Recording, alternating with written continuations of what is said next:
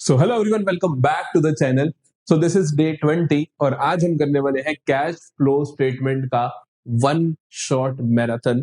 आज के लेक्चर में कैश फ्लो स्टेटमेंट का जो तुम्हारा डर है ना, वो बिल्कुल खत्म कर दूंगा। कैश फ्लो स्टेटमेंट का जो पेपर में क्वेश्चंस आते हैं, कम से कम 8 नंबर की वेटेज रखता है ये अकेला चैप्टर। कम से कम बोल रहा हूँ क्योंकि एक 6 नंबर का क्वेश्चन गारंटी है, 2 MCQ गारंटी है और एक कई बार 3 मार्कर के ऑप्शन में आ जाता है।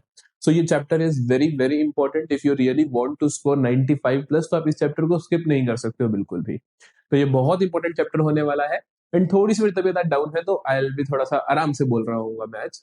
हाँ, लेकिन लेकिन लेकिन करेंगे तो पूरा ही, चाहे कुछ भी हो जाए, क्योंकि तुम्हारे पेपर है, तुम्हारे पेपर की जो तबीयत है वो ज्यादा इंपॉर्टेंट है। सो करेंगे जरूर पूरा का पूरा चैप्टर बहुत अच्छे से। तो शुरू कर लेते हैं जल्दी से कैश फ्लो स्टेटमेंट। लेकिन उससे पहले आई वुड वांट कि आप सभी बच्चे जाओगे नीचे और अपनी अटेंडेंस लगाओगे। अटेंडेंस जरूर लगानी है क्योंकि अटेंडेंस से आपका एक जो मोटिवेशन आता है ना आपके अंदर, यहाँ डे 20 पे पहुंच गया, अरे वेरी गुड। तो डे 20 अपना full name, I will win का वो मैसेज जो आपको हमेशा याद दिलवाता है, एक कॉन्फिडेंस देता है कि यू कैन विन। ठीक है, तो जल्दी से जाइए कमेंट सेक्शन में अपनी अटेंडेंस लगा दीजिए और शुरू करते हैं आज की class, that is cash flow statement का मैराथन वन शॉट।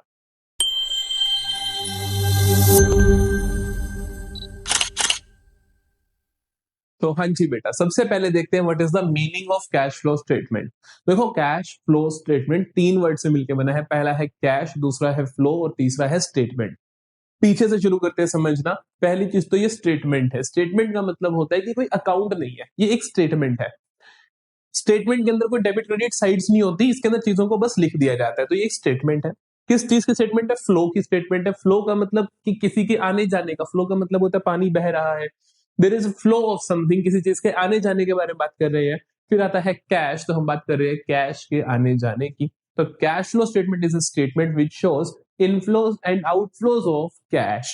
ठीक है, थोड़ा सा और प्रिसाइज अगर हम जाने तो cash flow statement is a statement which shows inflows and outflows of cash and cash equivalents. ठीक है बेटा, तो वो क्या बताता है? Inflow and outflow of cash and cash equivalents. ठीक है, कैश एंड कैश इक्विवेलेंट्स का मतलब क्या होता है सर? तो देखो यार, कैश इक्विवेलेंट्स का मतलब होता है ऐसी चीजें जो डायरेक्टली कैश तो नहीं है बट कैश के बराबर की है।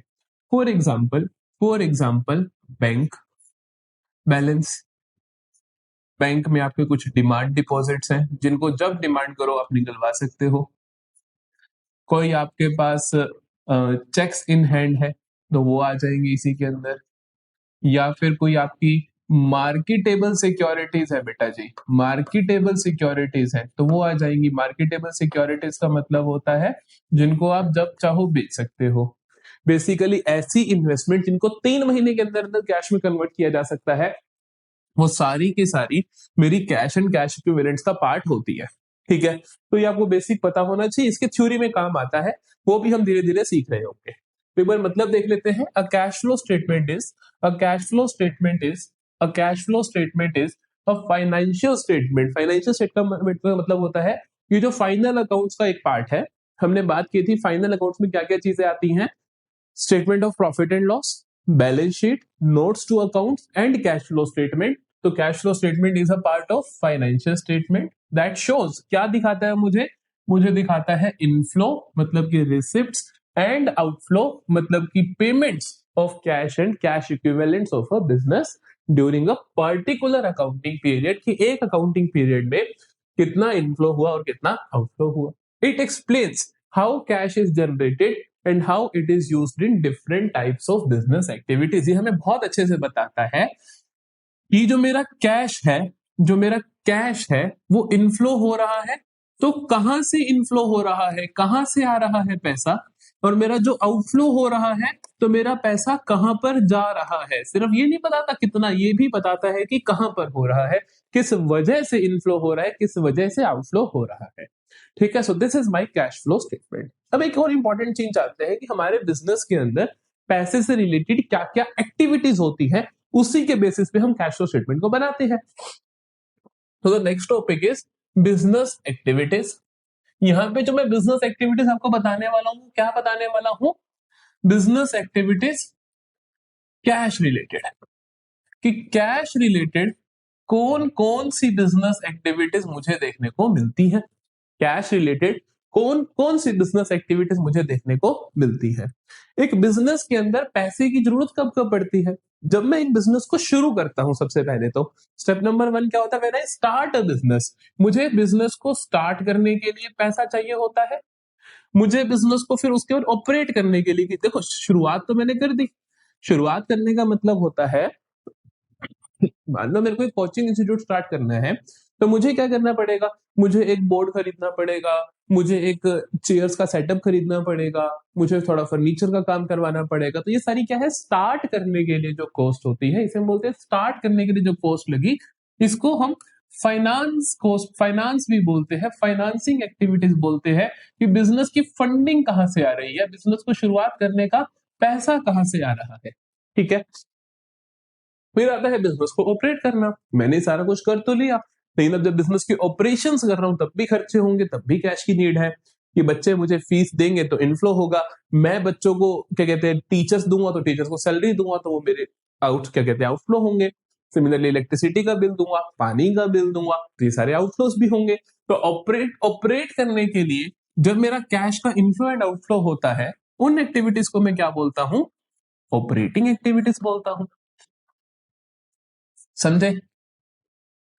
अच्छा सर, क्या दो ही होती है? नहीं, जब हम एक बिजनेस को ऑपरेट करते हैं तो हमारे को प्रॉफिट भी होते हैं, है ना, कि मैंने फीस ली 10,000, खर्चा को मेरा 4,000, तो मेरा 6,000 का प्रॉफिट है। उस प्रॉफिट का मैं क्या करूंगा, उस प्रॉफिट को मैं कहीं ना कहीं इन्वेस्ट कर दूंगा। तो तीसरी टाइप की जो एक्टिविटीज होती हैं वो क्या होती हैं, कि जब पैसा बच जाता है तो आप उसको इन्वेस्ट करते हो, उस एक्टिविटी को आप क्या बोलते हो बेटा, इन्वेस्टिंग एक्टिविटी बोलते हो। क्या इसके अलावा कुछ भी हो सकता है एक बिजनेस में? नहीं हो सकता। सबसे पहला बिजनेस अपना फाइनेंस अरेंज करेगा, फाइनेंसिंग एक्टिविटी, फिर ऑपरेट करने के लिए इनफ्लो आउटफ्लो होंगे, वो ऑपरेटिंग एक्टिविटी, फिर उस पैसे को इन्वेस्ट कर देगा, वो इन्वेस्टिंग एक्टिविटी। तो बिजनेस के अंदर, एक बिजनेस के अंदर तीन तरीके की एक्टिविटीज टेक प्लेस होती हैं। कौन कौन सी? Operating activities, financing activities and investing activities. समझ आई मेरी बात? अब आपको हर बेसिक भी समझ आ गया कि ऑपरेटिंग का मतलब क्या है, फाइनेंस का मतलब क्या है, इन्वेस्टिंग का मतलब क्या है। जैसे से हम आगे जाएंगे हम इनकी और डिटेल्स के बारे में बात करेंगे।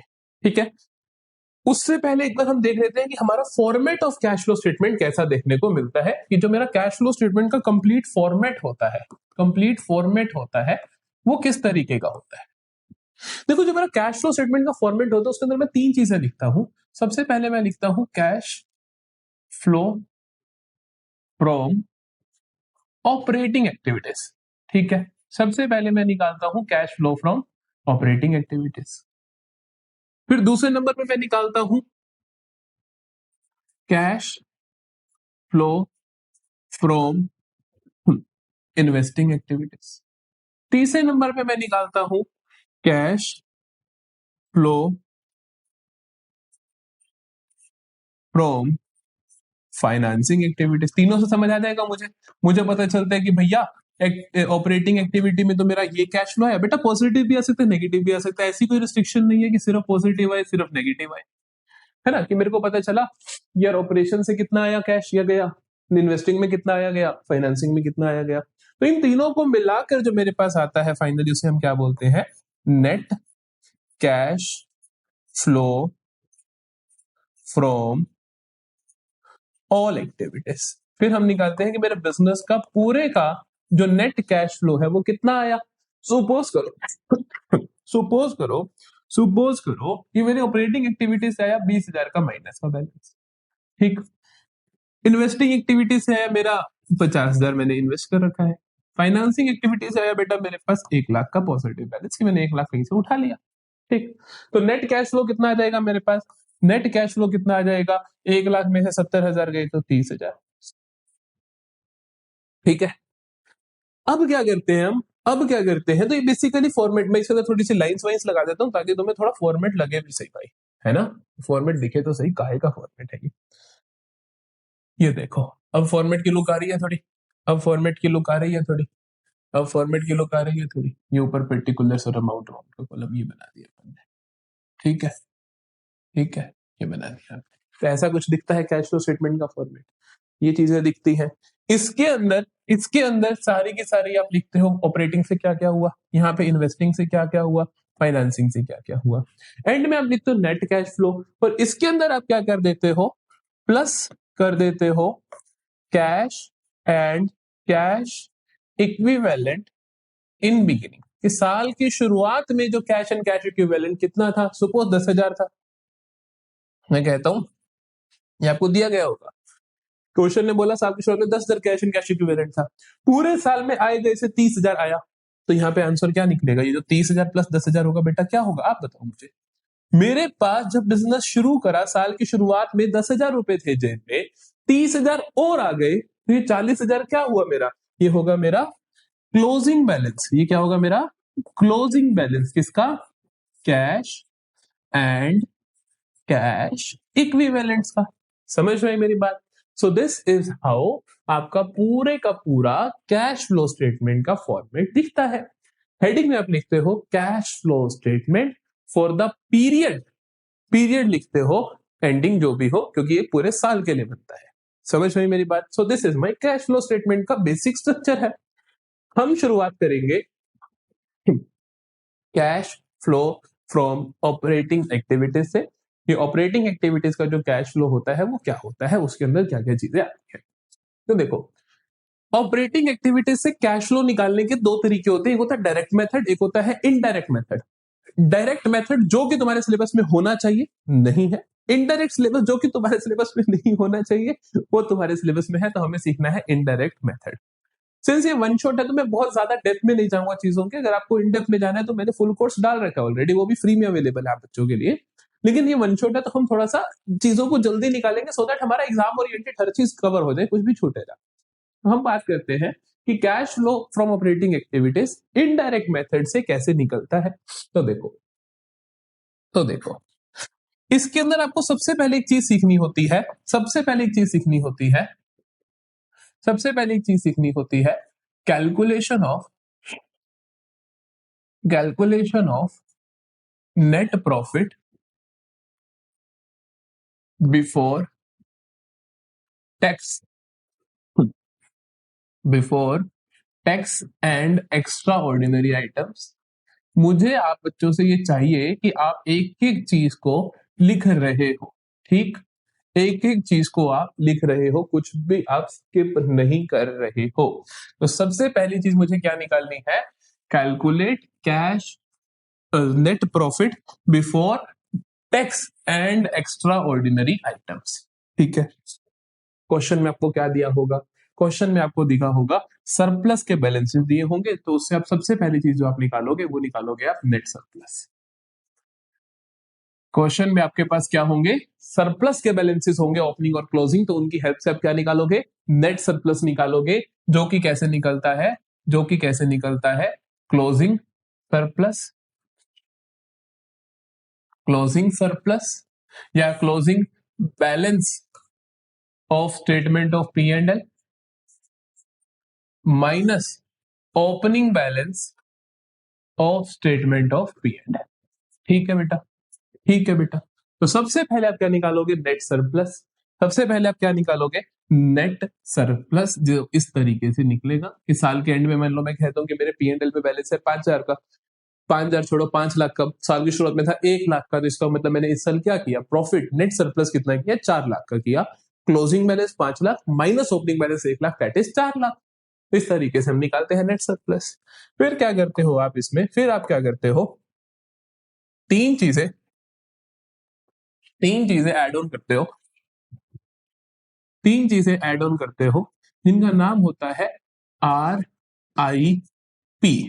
ठीक, आर का मतलब होता है रिजर्व्स, जो भी आपने पैसा ट्रांसफर किया इस साल रिजर्व में, ट्रांसफर टू रिजर्व, जो भी आपने जनरल रिजर्व में बेसिकली पैसा डाला वो आप जोड़ दोगे। दूसरे नंबर पे आप आई से interim dividend, interim dividend paid during the year, interim dividend paid during the year, इसे जोड़ दो, कि जो भी आपने इंटरिम डिविडेंड साल के बीच में दिए उसे जोड़ दोगे। पी से आता है proposed dividend, proposed dividend previous year का, वो भी आप जोड़ दोगे। प्लीज ध्यान रखना प्रीवियस ईयर का, प्रोपोज डिविडेंड करंट ईयर का अगर आपके क्वेश्चन है तो आप उसका कुछ नहीं करोगे पूरी सीएफएस में। ठीक ठीक। ये करने के बाद आपके पास जो आएगा उसका नाम होता है net profit after tax and extra ordinary items. ठीक, आपको क्या निकालना है बेटा? आपको निकालना है net profit before tax and extra ordinary items. अभी इसके अंदर और एडजस्टमेंट्स होंगी, 4 चीजें और होती हैं, 2 चीजें प्लस होती हैं और 2 माइनस होती हैं। खर्चे प्लस हो जाएंगे जैसे कि एक्स्ट्रा ऑर्डिनरी एक्सपेंस को आप जोड़ दोगे और आप जोड़ दोगे इसके अंदर provision for tax current year का, जो करंट ईयर में आपने प्रोविजन फॉर टैक्स बनाया, माइनस कर दोगे आप एक्स्ट्रा ऑर्डिनरी इनकम्स को, और एक और चीज माइनस कर दोगे आप टैक्स रिफंड को। ठीक है, तो जो हमारी इनकम्स है उनको हम माइनस करते हैं, खर्चों को हम जोड़ देते हैं। ऐसा इसलिए करते हैं क्योंकि हम वापस से प्रॉफिट्स पे जा रहे हैं। ठीक है, तो ये हमारे पास जो आएगा finally, this will be my net profit before tax and extra ordinary items. ठीक है, सो ये पहली कैलकुलेशन मुझे आनी चाहिए। यहां पर सिर्फ और सिर्फ फॉर्मूलाज है। अगर आपको फॉर्मूलाज याद हो जाते हैं, जो कि कोई भी बच्चा बहुत आसानी से याद रख सकते हैं चीजों को, तो आप इजीली कर जाओगे। और मैं इजी सी ट्रिक्स बताऊंगा आपको। जैसे मैंने आपको बोला आरआईपी कितना आसान वर्ड है, वो रेस्ट इन पीस वाला नहीं है मेरे बेटा, ये वाला आरआईपी है ना। आरआईपी से हम याद रख सकते हैं कि पहले ये 3 जो जोड़नी है, फिर हमें ये 4 चीज 2 जोड़नी है, 2 हटानी है। कितना आसान हुआ बताओ मुझे बताओ। इनकी जो डिटेल्स एक्स्ट्रा ऑर्डिनरी एक्सपेंस की, एक्स्ट्रा ऑर्डिनरी इनकम की, कुछ खास मुश्किल नहीं होता, बड़े आसान नाम है। देखो आपको ज्यादातर यहाँ पे मिलेगा जैसे लॉस बाय समथिंग। ठीक, और एक्स्ट्रा ऑर्डिनरी इनकम में आपको मिलेगा जैसे इंश्योरेंस क्लेम। जनरली यही दोनों आपको मिलेंगे, इससे ज्यादा कुछ नहीं मिलेगा आपको। ठीक है, एक का नाम शायद और होता है, मुझे ध्यान नहीं आ रहा। जैसी क्वेश्चन आएगा मैं आपको करवा दूंगा फिर। ठीक, चलो अब एक क्वेश्चन देखते हैं इसी के बेसिस पे, ताकि हमारे को क्लैरिटी आ जाए कि net profit before tax and extra ordinary items हमें कैसे निकालना है। तो देखो, जब भी क्वेश्चन आए, बाकी ऐसे क्वेश्चन 3 नंबर में आना हो तो बाई चांस आ जाते हैं। जनरली 6 नंबर के क्वेश्चन में ऐसी चीजें दी होती है जो आपको ध्यान रखनी होती है। तो ये सारे बिल्डिंग ब्लॉक्स है।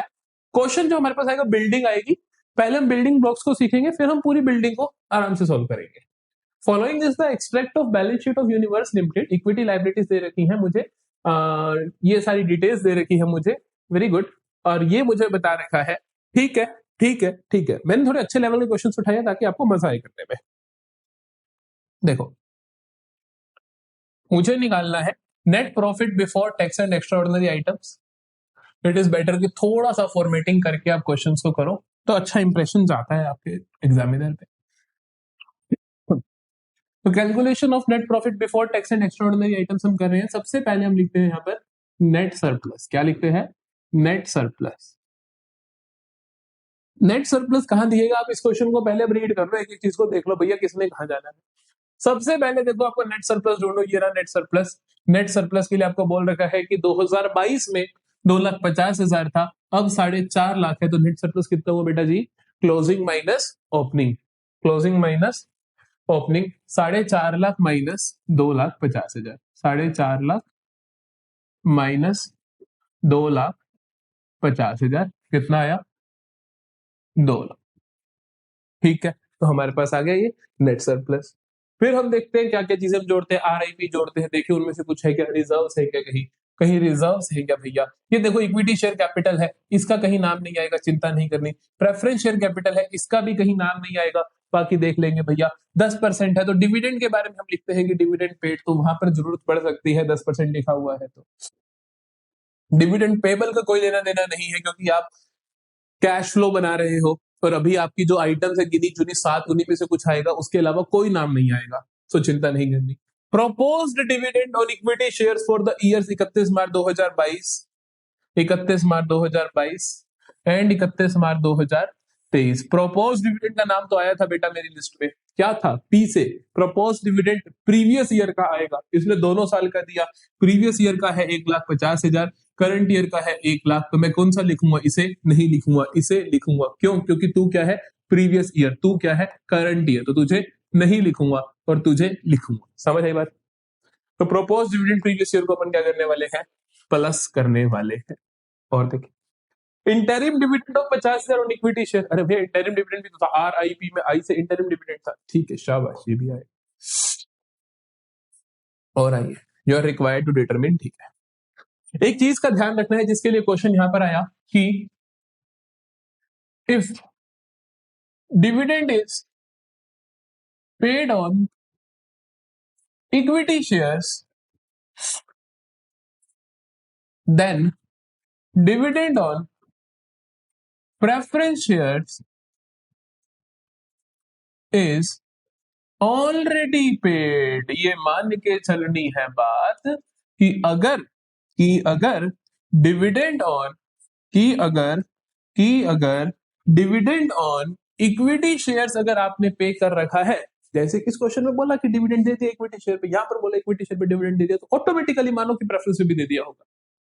ठीक, तो यहां पर जो प्रेफरेंस शेयर्स है उनका डिविडेंड भी आप मानोगे दे दिया है। कितने हैं?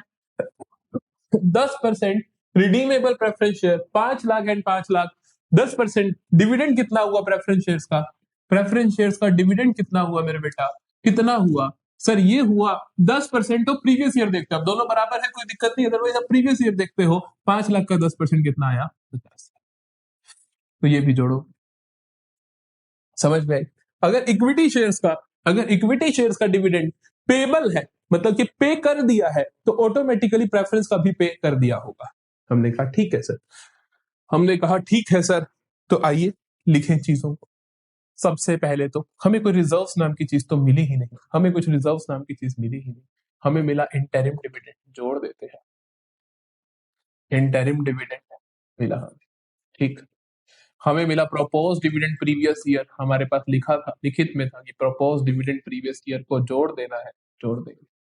भैया अगर प्रोपोज डिविडेंड और इंटरिम डिविडेंड इक्विटी शेयर पे दे दिया तो कॉमन सेंस की बात है प्रेफरेंस शेयर्स पे दे दिया होगा, क्योंकि प्रेफरेंस शेयर्स को तो प्रेफरेंस मिलती है। तो भैया dividend on dividend on dividend on preference shares, dividend on preference shares. देखें चीजों के नाम देखें क्या। इंटरिम डिविडेंड कितना है? इंटरिम डिविडेंड है 50,000 का। प्रोपोज डिविडेंड 1,50,000 का। 50,000 और 1,50,000, 50,000 और 1,50,000, 50,000, 1,50,000। डिविडेंड ऑन प्रेफरेंस शेयर्स कितना है? डिविडेंड ऑन प्रेफरेंस शेयर्स है भैया 50,000 का। शाबाश, जोड़ देते हैं 50,000, जोड़ दिया। ठीक, और कुछ था क्या? और कुछ था क्या? पहला पॉइंट हो गया, दूसरा हो गया, ये भी हो गया, ये भी हो गया, इसका कुछ काम नहीं था, ये भी हो गया। ठीक, सब कुछ डन है, सब कुछ डन है। तो मेरा आंसर रेडी है, मेरा आंसर रेडी है। क्या आएगा?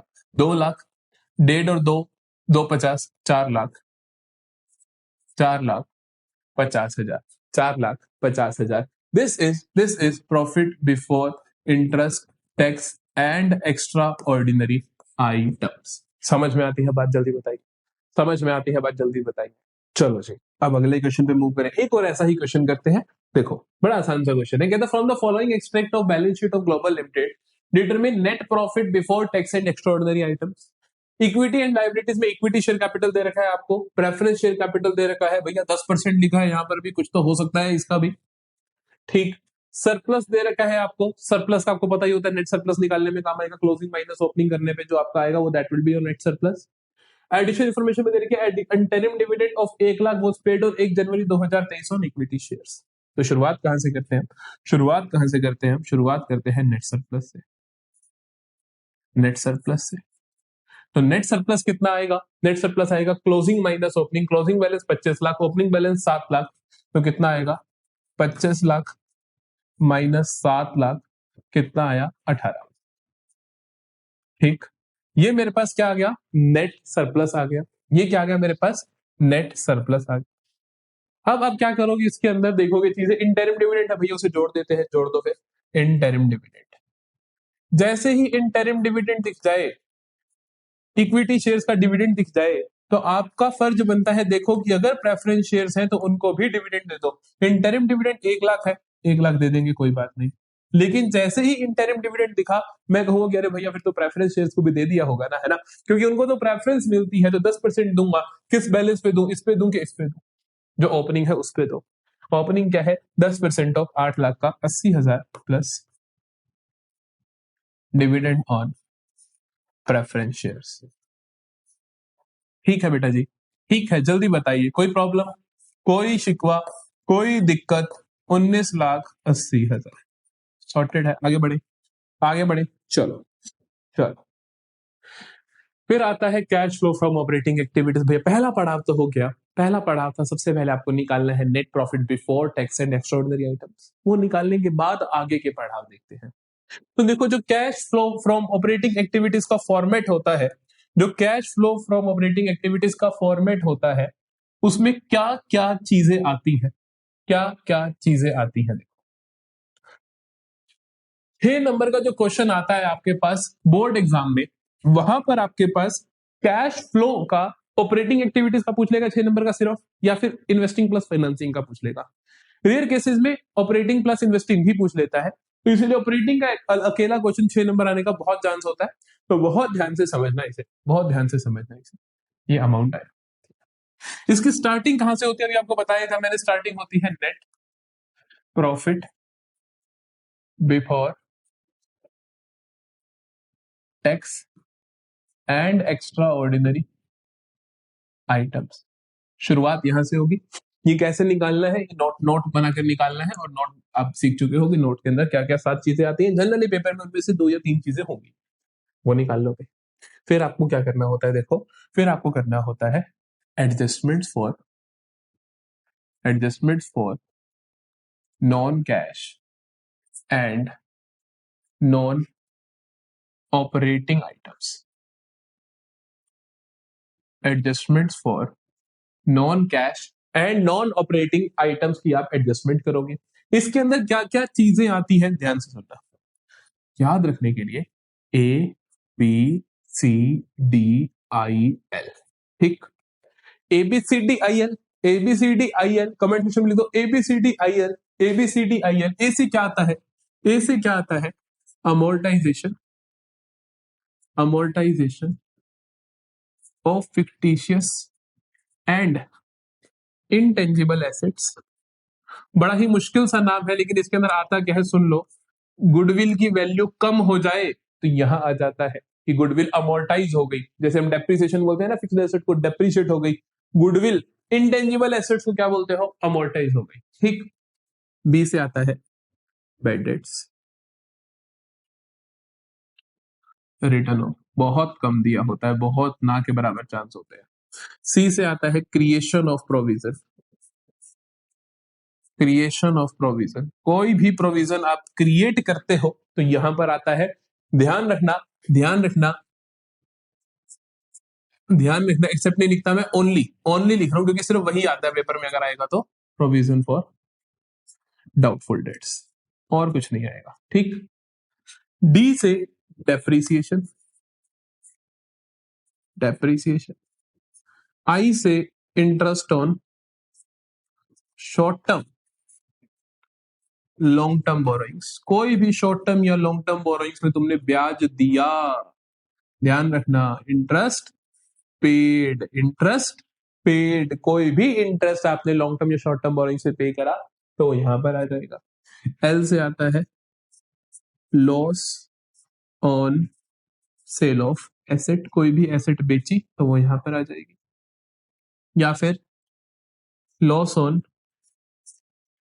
इशू ऑफ डिवेंचर्स, तो वो भी यहां पर आ जाएगा, ठीक है, ठीक है।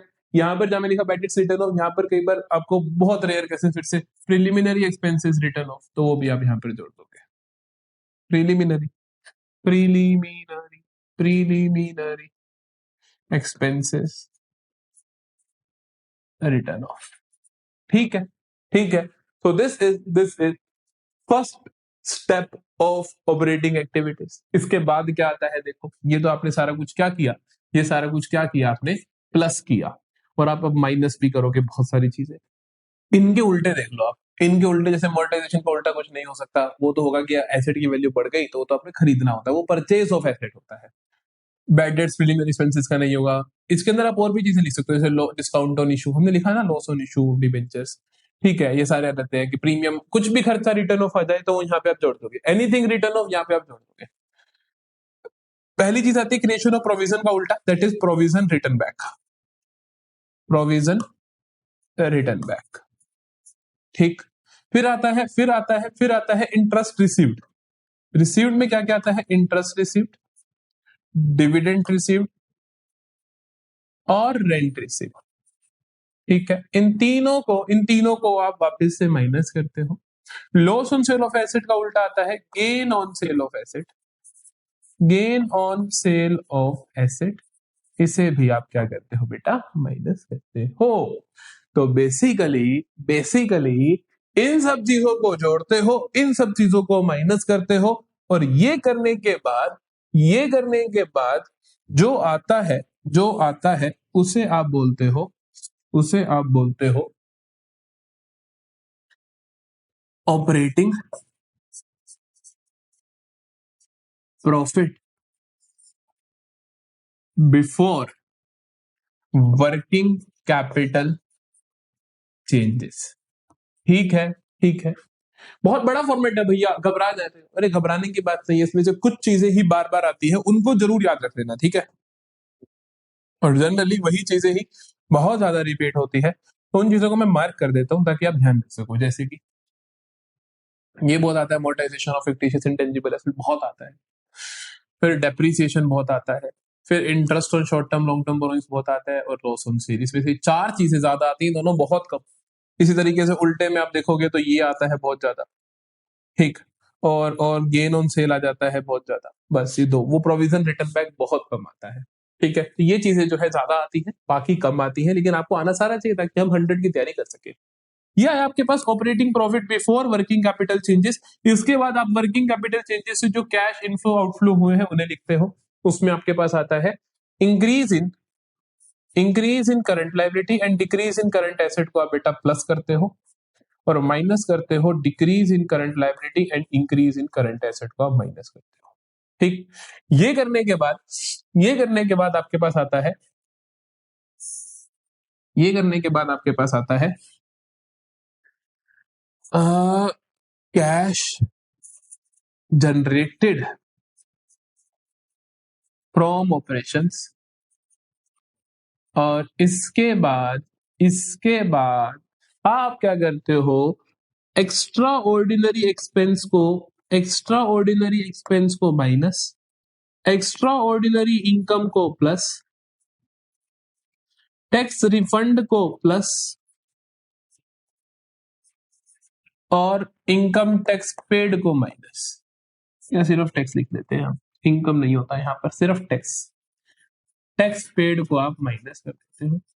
जब ये सब कर देते हो तो आप पहुंच जाते हो एंड में, और उसका नाम होता है cash flow from operating activities, ठीक है। तो ये इतना सा फॉर्मेट है भैया, इतना सा फॉर्मेट है इतना सा तो नहीं है, लेकिन ठीक है, एक ही फॉर्मेट लंबा है, और जिसको हम अच्छे से याद रख सकते हैं। फिर से मेरे साथ बोलोगे, सबसे पहले net profit before tax and extraordinary items निकालना है भैया, फिर एबीसीडीआईएल को जोड़ना है, फिर उनके अपोजिट दो तीन चीजों को माइनस करना है, फिर operating profit before working cap change आ जाएगा, फिर वर्किंग कैपिटल चेंजेस में increase in current liability decrease in current asset को जोड़ देना है, और decrease in current liability increase in current asset को माइनस कर देना है, फिर आ जाएगा कैश जनरेटेड फ्रॉम ऑपरेशंस, फिर चार चीजें, एक्स्ट्राऑर्डिनरी एक्सपेंस को माइनस कर दो, एक्स्ट्राऑर्डिनरी इनकम को जोड़ दो, टैक्स रिफंड को जोड़ दो, इनकम टैक्स पेड को माइनस कर दो, एज सिंपल एज दैट, ठीक। अब पेपर में इनमें से सारी चीजें नहीं होंगी, बड़ी मुश्किल से कोई 7-8 चीजें होंगी, सारी नहीं होंगी, ठीक है। अभी हम इसके क्वेश्चंस करेंगे, एक बार आप स्क्रीनशॉट ले लो, स्क्रीनशॉट रहने दो, लिख लो, लिखने से चीजें समझ आती है, लिख लो, याद कर लो, ठीक। चलो चलो क्वेश्चन देखते हैं। पहले क्वेश्चन में पूछा, क्वेश्चन ने कि you are required to compute operating profit before working capital changes, you are required to compute operating profit before working capital changes, की वर्किंग कैपिटल चेंजेस से पहले जो ऑपरेटिंग प्रॉफिट है वो निकालिए। जो कि कैसे निकलते हैं, net profit before tax and extraordinary items निकालोगे, फिर उसके अंदर ABCDIL मतलब adjustment for non operating and non cash items को करने के बाद सबसे अच्छा तरीका होता है आप चीजों के आगे लिख लोगे आपको कहां जाना है। हर चीज के आगे मैं लिखूंगा, ध्यान से देखना क्या वो डेप्रिसिएशन भैया एडजस्टमेंट्स में ऐड होती है, ABCDIL में डी होता है ना जो वो ऐड होती है। इंटरेस्ट ऑन बोरोइंग्स ABCDIL में आई पे जो होता है वो इंटरेस्ट होता है, ऐड होता है। गुडविल अमोर्टाइज सबसे पहले ए अमोर्टाइजेशन जो होता है वो एडजस्टमेंट्स में ऐड होता है। Loss on sale of machinery भैया ये भी एडजस्टमेंट्स में ऐड होता है, ABCDIL।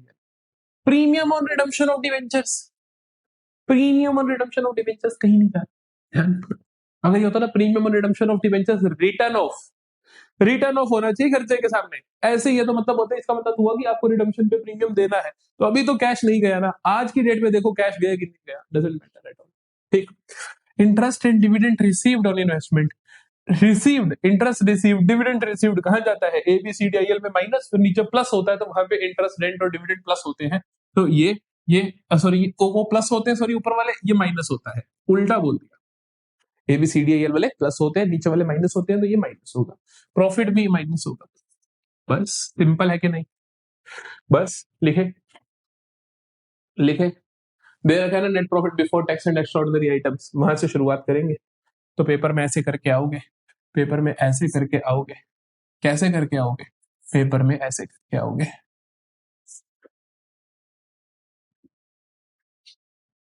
नेट प्रॉफिट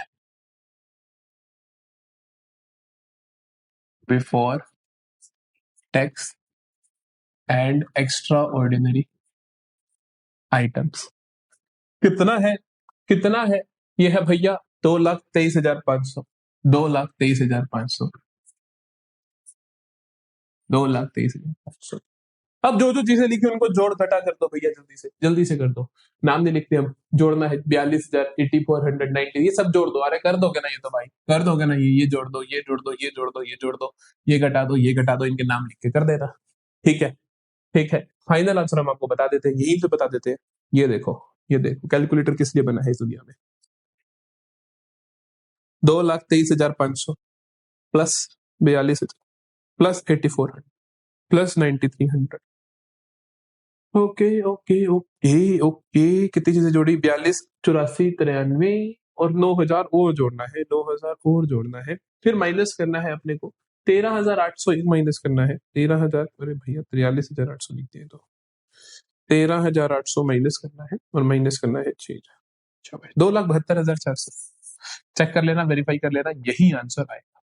ठीक है, हो जाएगा, समझ में आई मेरी बात, चलो चलो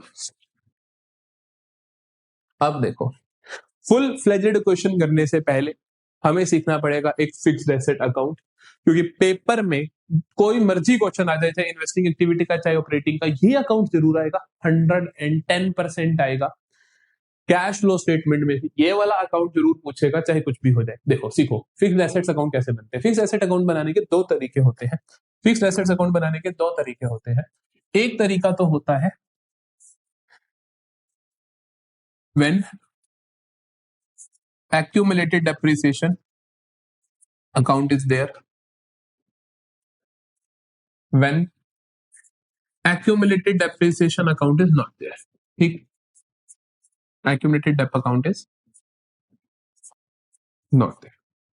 दो तरीकों के क्वेश्चंस आपको देखने को मिलेंगे कि एक में तो कहेगा कि accumulated depreciation account भी दे रखा है, और दूसरे में कहेगा कि accumulated depreciation exist नहीं करता है। दोनों ही तरीके के सवाल में, दोनों के तरीके के सवाल में बहुत आसानी से आप कर लोगे। मेरी ट्रिक सीख लेना जरूर, क्या, जब accumulated depreciation account है बड़ा, जब एक्यूमुलेटेड डेप्रिसिएशन अकाउंट है पड़ा, अभी लॉजिक समझा दूंगा, एक बार आराम से लिख लो ताकि समझ आए, ये समझ आ रही करना क्या है, फिर लॉजिक समझाऊंगा जैसे क्वेश्चन करेंगे। तो मशीन की क्रेडिट में तीन चीजें आएंगी।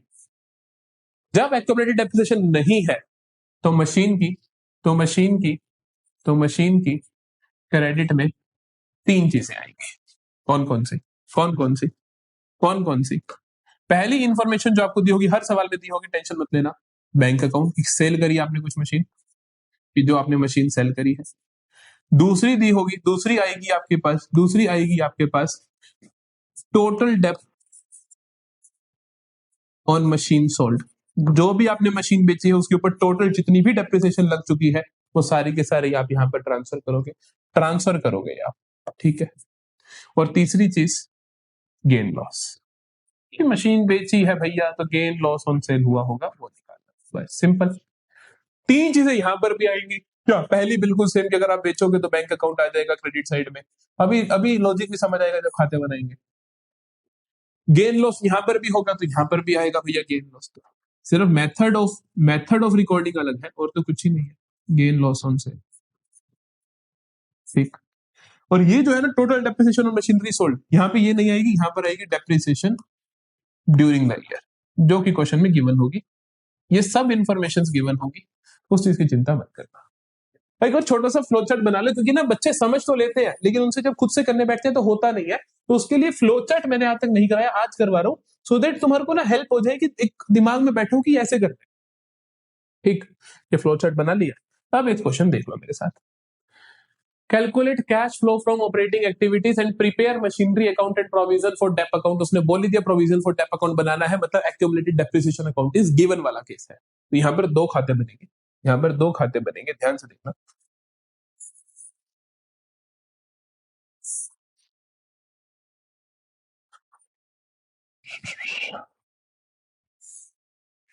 एक तो हम बनाएंगे मशीनरी का अकाउंट, एक बनाएंगे हम एक्यूमुलेटेड डेप्रिसिएशन का अकाउंट,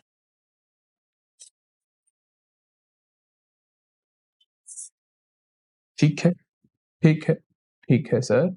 ये हुआ मशीन का अकाउंट, ये हुआ एक्यूमुलेटेड डेप्रिसिएशन का अकाउंट,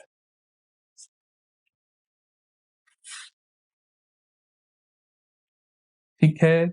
चलो अब चीजें लिखते हैं। मशीनरी होती है भैया एसेट, तो इसका ओपनिंग बैलेंस होगा डेबिट का, क्लोजिंग होगा क्रेडिट का, है ना। तो मशीनरी देखो, मशीनरी की वैल्यू दे रखी है, ओपनिंग बैलेंस उठा लो 2023 वाला उठाओगे, क्लोजिंग 2024 वाला, ओपनिंग 3 लाख, क्लोजिंग 3,60,000, तो ओपनिंग बैलेंस आएगा डेबिट साइड में। टू बैलेंस बीडी कितना है, 3 लाख। अरे पूरा ही नहीं आ रहा, अरे पूरा ही नहीं आ रहा, क्या मतलब वाह। चलो लिखते हैं किसी तरीके 3 लाख, और क्लोजिंग बैलेंस होगा क्रेडिट साइड में, तो यहाँ लिखते हैं बाय बैलेंस शीट 3,60,000, ठीक है। हमने लिखा opening closing balance, very simple. इसी तरीके से एक्यूमुलेटेड डेप्रिसिएशन अकाउंट बन रहा है तो उसका बैलेंस भी दिया होगा, ओपनिंग बैलेंस 50,000, क्लोजिंग 70,000। इसके जो बैलेंस होते हैं बेटा उल्टे चलते हैं, ओपनिंग बैलेंस क्रेडिट का होगा और क्लोजिंग डेबिट का होगा, ओपनिंग क्रेडिट का होगा तो 50,000 by balance BD 50,000, to balance CD 70,000, ठीक। हमने इसके बैलेंस पे लिखा, इसमें बैलेंस बीडी सीडी का कुछ नहीं करना होता, लिखना होता। लेकिन अब मैंने आपको बोला कि जो भी मशीनरी बेची गई होगी, मशीनरी की क्रेडिट में तीन चीजें लिखी जाएंगी, एक सेल वैल्यू, एक डेप्रिसिएशन ड्यू पूरा लाइफ टाइम का, और तीसरी चीज गेन या लॉस। अब देखो मशीनरी सेल के बारे में आपको इन्फॉर्मेशन दी गई होगी, हर सवाल में दी गई होगी। ये देखो कहते machinery costing 40,000, accumulated depreciation 12,000, sold for 30,000। कहते 40,000 की मशीन थी बेटा, एक्यूमुलेटेड डेप्रिसिएशन का मतलब होता है जिंदगी भर का जो डेप्रिसिएशन उस मशीन पे लगा, वो कितना लगा 12,000, तो कितना लगा 12,000, तो उसकी आज कीमत कितनी है मशीन की। ये तो हर बच्चा समझता है ना कि भैया कोई चीज 40,000 की थी, उसके ऊपर जिंदगी भर में 12,000 का डेप्रिसिएशन लगा, तो एंड में वो कितने की बची, 28,000 की बची। बिकी कितने की भैया, ये बिकी है 30,000 की, ये क्या है उसकी बुक वैल्यू, और सेल वैल्यू क्या है 30,000। गेन हुआ लॉस हुआ, गेन हुआ लॉस हुआ, बुक्स में है कोई चीज 28 की, बेची तुमने 30 की, गेन हुआ लॉस हुआ भैया, गेन हुआ कितना, गेन हुआ बेटा 2,000 गेन हुआ। क्लियर है, क्लियर है, जल्दी बताओ, क्लियर है, गेन हुआ है 2,000 का। चीजें लिखते हैं, सबसे पहले आपको लिखना होता है मशीनरी की सेल वैल्यू क्या है। मशीनरी बिकी है, अब आप देखो कॉमन सेंस लगाओ, मशीनरी बिकी है तो मशीनरी कम होगी तो मशीनरी क्रेडिट में जाएगा, बिकी है तो बाय बैंक अकाउंट। नहीं समझे, बिकी है भैया कितने की, 30,000 की बिकी है। अब देखो दूसरी चीज, जो उसके ऊपर एक्यूमुलेटेड डेप्रिसिएशन लाइफ टाइम का है वो ट्रांसफर करोगे, बड़ी सिंपल सी बात है। यहाँ पे मशीनरी अपनी कॉस्ट पे दिख रही है तो पहले उसको उस वैल्यू पे तो लेकर आओगे ना, कि जो उसकी बुक वैल्यू है। तो हम 12,000 ट्रांसफर करेंगे, यहां से वहां करेंगे, यहां से वहां करेंगे, डेप्रिसिएशन ट्रांसफर कर रहे हो तो मशीनरी की वैल्यू कम होगी, मशीनरी की वैल्यू कम होगी तो फिर से क्रेडिट में आएगा बाय प्रोविजन फॉर डेप्रिसिएशन। जो भी नाम बुक में क्वेश्चन में प्रोविजन फॉर डेप्रिसिएशन आया तो प्रोविजन फॉर डेप्रिसिएशन अकाउंट बोल दो, प्रोविजन फॉर डेप अकाउंट 12,000। ठीक, यहां से ट्रांसफर कर रहे हो, यहां पर भी नाम एक काम करो, प्रोविजन फॉर डेप ही कर लो। अरे अरे अरे, ये क्यों मिट गया? यहां पर भी नाम आप प्रोविजन फॉर डेप ही कर लो। ठीक, यहां से ट्रांसफर कर रहे हो तो यहां लिखो टू मशीनरी अकाउंट। कितना कर रहे हो भैया? 12,000 कर रहे हो। ठीक, चलो ये करा हमने, दो चीजें लिखी। तीसरी क्या लिखनी? Gain loss. लॉस होता है तो मशीनरी की क्रेडिट में आता है, गेन होता है तो डेबिट में आता है, तो इधर लिखेंगे to gain on sale, to gain on sale. कितना है बेटा गेन? 2,000 अभी हमने निकाला था, 2,000। और कुछ नहीं करना, अब टोटल कर दोगे, अब टोटल कर दोगे, टोटल करके लिखे, इधर का सादा है 70 प्लस 12 82,000, इधर भी 82,000। जो बैलेंसिंग फिगर आएगा एक्यूमुलेटेड डेप्रिसिएशन अकाउंट का, एक्यूमुलेटेड डेप्रिसिएशन अकाउंट का जो बैलेंसिंग फिगर होगा उसका नाम होगा डेप्रिसिएशन अकाउंट, जो ड्यूरिंग द ईयर डेप्रिसिएशन लगा। 82 माइनस 50 32,000। ठीक है, ये क्या है? बैलेंसिंग फिगर है। सिमिलरली ऊपर वाले अकाउंट का, मशीनरी का जो बैलेंसिंग फिगर आएगा वो क्या होगा? अरे भैया इस टोटल करो पहले, देखो 360 390 4,02,000, 4,02,000, 4 2 में से 2 गया तो कितना बचा? 4 लाख, 4 लाख में से 3 लाख गया तो 1 लाख। क्या आया? To bank account, to bank account. अभी समझाता हूं ऐसा क्यों। 1 लाख, ये है बेटा balancing figure, basically machine purchased. पहले तो ये समझो कि क्या क्या मैंने निकाल दिया। अब लॉजिक सुनो भैया, इसके इसके बैलेंसिंग फिगर को अपने डेप्रिसिएशन क्यों बोला? क्योंकि प्रोविजन फॉर डेप्रिसिएशन अकाउंट जो होता है, ये एक तरीके का अकाउंट होता है जिसके अंदर सारे का सारा डेप्रिसिएशन इकट्ठा होते चले जा रहा है, इकट्ठा होते चले जा रहा है। अगर मैं कहूँ कि साल की शुरुआत में टोटल डेप्रिसिएशन 50,000 था, जिसमें से 12,000 तो हमने फेंक दिया, एंड में अभी भी 70,000 है, तो इसका मतलब इस साल कितना डेप्रिसिएशन लगा? ये मतलब हुआ ना, साल की शुरुआत में 50,000 का था, एंड में 70,000 का, इसे छोड़ दो, तो इसका मतलब इस साल कितना डेप्रिसिएशन होगा? 20,000 का। लेकिन 12 ट्रांसफर करिए तो 20 प्लस 12 32,000 ऐसे आया। ये इधर से आ जाओ भैया, मशीनरी शुरू में 3 लाख की थी, फिर कुछ बेच दी, अभी भी 3,60,000 की है, तो इसका मतलब कुछ खरीदी होगी। नहीं समझे? मशीनरी 3 लाख की थी, साल के बीच में कुछ बेच बेच दी, अभी भी बची है 3,60,000 की, तो इसका मतलब कुछ खरीदी होगी, तो इसका बैलेंसिंग फिगर क्या होगा? To bank account machinery purchase. क्या होगा? टू बैंक अकाउंट मशीनरी खरीदी है। समझ में आई? समझ में आई ये बात? चलो अब देखो, अब देखो cash flow from operating activities में इनमें काम की चीजें क्या है? ये जो दो खाते बने हैं इनमें काफी चीजें काम की है, कुछ इन्वेस्टिंग में जाएंगी, कुछ ऑपरेटिंग में जाएंगी। अभी हम ऑपरेटिंग सीख रहे हैं, ऑपरेटिंग में क्या जाएंगे? बैलेंस बीटी कहीं नहीं, गेन ऑन सेल जाता है भैया, गेन ऑन सेल माइनस होता है, याद है? माइनस होता है, माइनस होता है, माइनस होता है गेन ऑन सेल। तो गेन ऑन सेल क्या होगा? माइनस होगा। ABCDIL होता है तो उसके अंदर उल्टा माइनस होता है। मशीनरी खरीदना नहीं जाता, प्रोविजन नहीं जाता, बेचना नहीं जाता, इधर नहीं जाता, डेप्रीसिएशन एडजस्टमेंट्स में ऐड होता है, तो प्लस में, plus adjustments for non cash non operating items में आप डेप्रीसिएशन को जोड़ते हो, तो डेप्रीसिएशन को जोड़ोगे, गेन को माइनस करोगे 2,000 और डेप्रीसिएशन को जोड़ोगे 32,000, 32,000। ठीक है, दैट्स इट। ठीक है, दैट्स इट। चलो, चलो और कुछ है क्या? और कुछ है क्या? और कुछ देख लो कहीं हमारे ऑपरेटिंग एक्टिविटी की चीज हो। सरप्लस दे रखा है तो नेट सरप्लस निकालोगे, क्लोजिंग माइनस ओपनिंग करोगे तो नेट सरप्लस 30,000 है, नेट सरप्लस 30,000 है। ठीक, propose dividend previous year current year है, तो नेट सरप्लस के अंदर आप जोड़ते हो प्रोपोज डिविडेंड प्रीवियस ईयर, ये ऑपरेटिंग एक्टिविटी में जो आप करते हो। ठीक है, मेन मेरा काम अभी यही था, आपको खाते बनाने सिखाना, तो प्रोपोज डिविडेंड प्रीवियस ईयर 15,000 जोड़ दोगे तो ये आया 45,000। क्या आया? Net profit before tax and extra ordinary items. ठीक है, इसके अंदर 45,000 के अंदर आप क्या करोगे? डेप्रिसिएशन को जोड़ोगे, गेन ऑन सेल को हटाओगे, आंसर आ जाएगा 45,000। ये क्या आपका net profit before tax and extra ordinary items. 45,000। इसमें जोड़ दो, माइनस कर दो, ये आ जाएगा आपका cash flow from operating activity. ठीक है, समझ में आई मेरी बात? जल्दी बताओ। तो खाता बनाना मेरा काम था मेन। तो खाता जब एक्चुअलिटी डेप्रिसिएशन हो तो मशीनरी में तीन चीजें आएंगी, एक सेल ऑफ मशीन, एक ट्रांसफर ऑफ डेप्रिसिएशन, एक गेन लॉस। बस सिंपल है। चलो अब एक क्वेश्चन करते हैं जहां पे मशीनरी अकाउंट हमें बनाना है और हमें क्या कर रखा है, बुक वैल्यू दे रखी है, विदाउट एक्यूमुलेटेड डेप्रिसिएशन अकाउंट है। तो यहाँ पर एक ही खाता बनेगा, यहाँ पर एक ही खाता बनेगा जिसका नाम होगा मशीनरी अकाउंट। इसका नाम क्या होगा बेटा? Machinery account. Machinery account. Machinery account.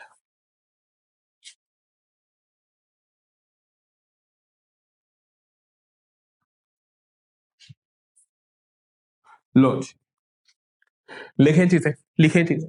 ये मशीनरी की वैल्यू दे रखी है, मशीनरी की बुक वैल्यू स्टार्टिंग में 280, एंड में 230, तो मतलब opening balance 280, to balance BD 280, by balance CD 2,30,000। यही है क्या? 280 और 230 है। ठीक। अब यहां पर भी आपको पता है मशीनरी में तीन चीजें लिखनी है। कौन कौन सी तीन चीजें लिखनी है? मशीनरी बेचने की वैल्यू, गेन लॉस की वैल्यू और डेप्रिसिएशन ड्यूरिंग द ईयर। देखो चीजें आपको दी होंगी। डेप्रिसिएशन ड्यूरिंग द ईयर आपको दे रखा है कितना? 35,000 लिख दो, बाय डेप्रिसिएशन अकाउंट।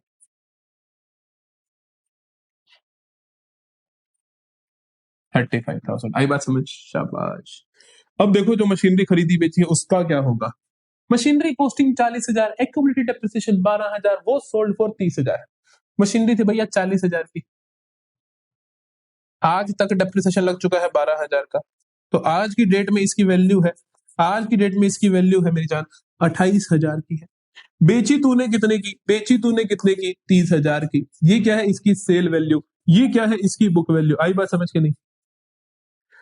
कि भैया 40,000 की थी, 12,000 आज तक डेप्रिशिएट हो चुकी है, बची कितने की? 28,000। बेची कितने की? 30,000 की। 28,000 क्या है? बुक वैल्यू है, और ये क्या है? सेल वैल्यू है 30,000।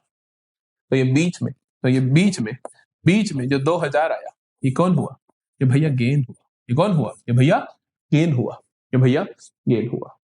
अब मुझे दो चीजें लिखनी है, यहां से दो चीजें लिखनी है, एक तो सेल वैल्यू और एक गेन लॉस। बस एक्यूमुलेटेड डेप्रिसिएशन को मुझे यहाँ सिर्फ और सिर्फ प्रॉफिट लॉस कैलकुलेशन में यूज करना था, और कुछ नहीं करना। ठीक। तो मैं क्या लिखूं?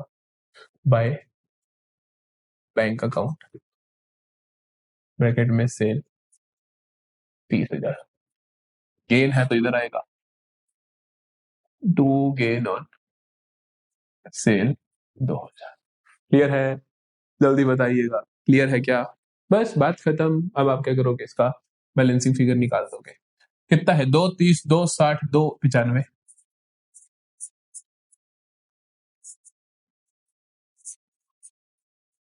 295 में से 280 गया तो 15,000, 15 में से 2 गया तो 13,000।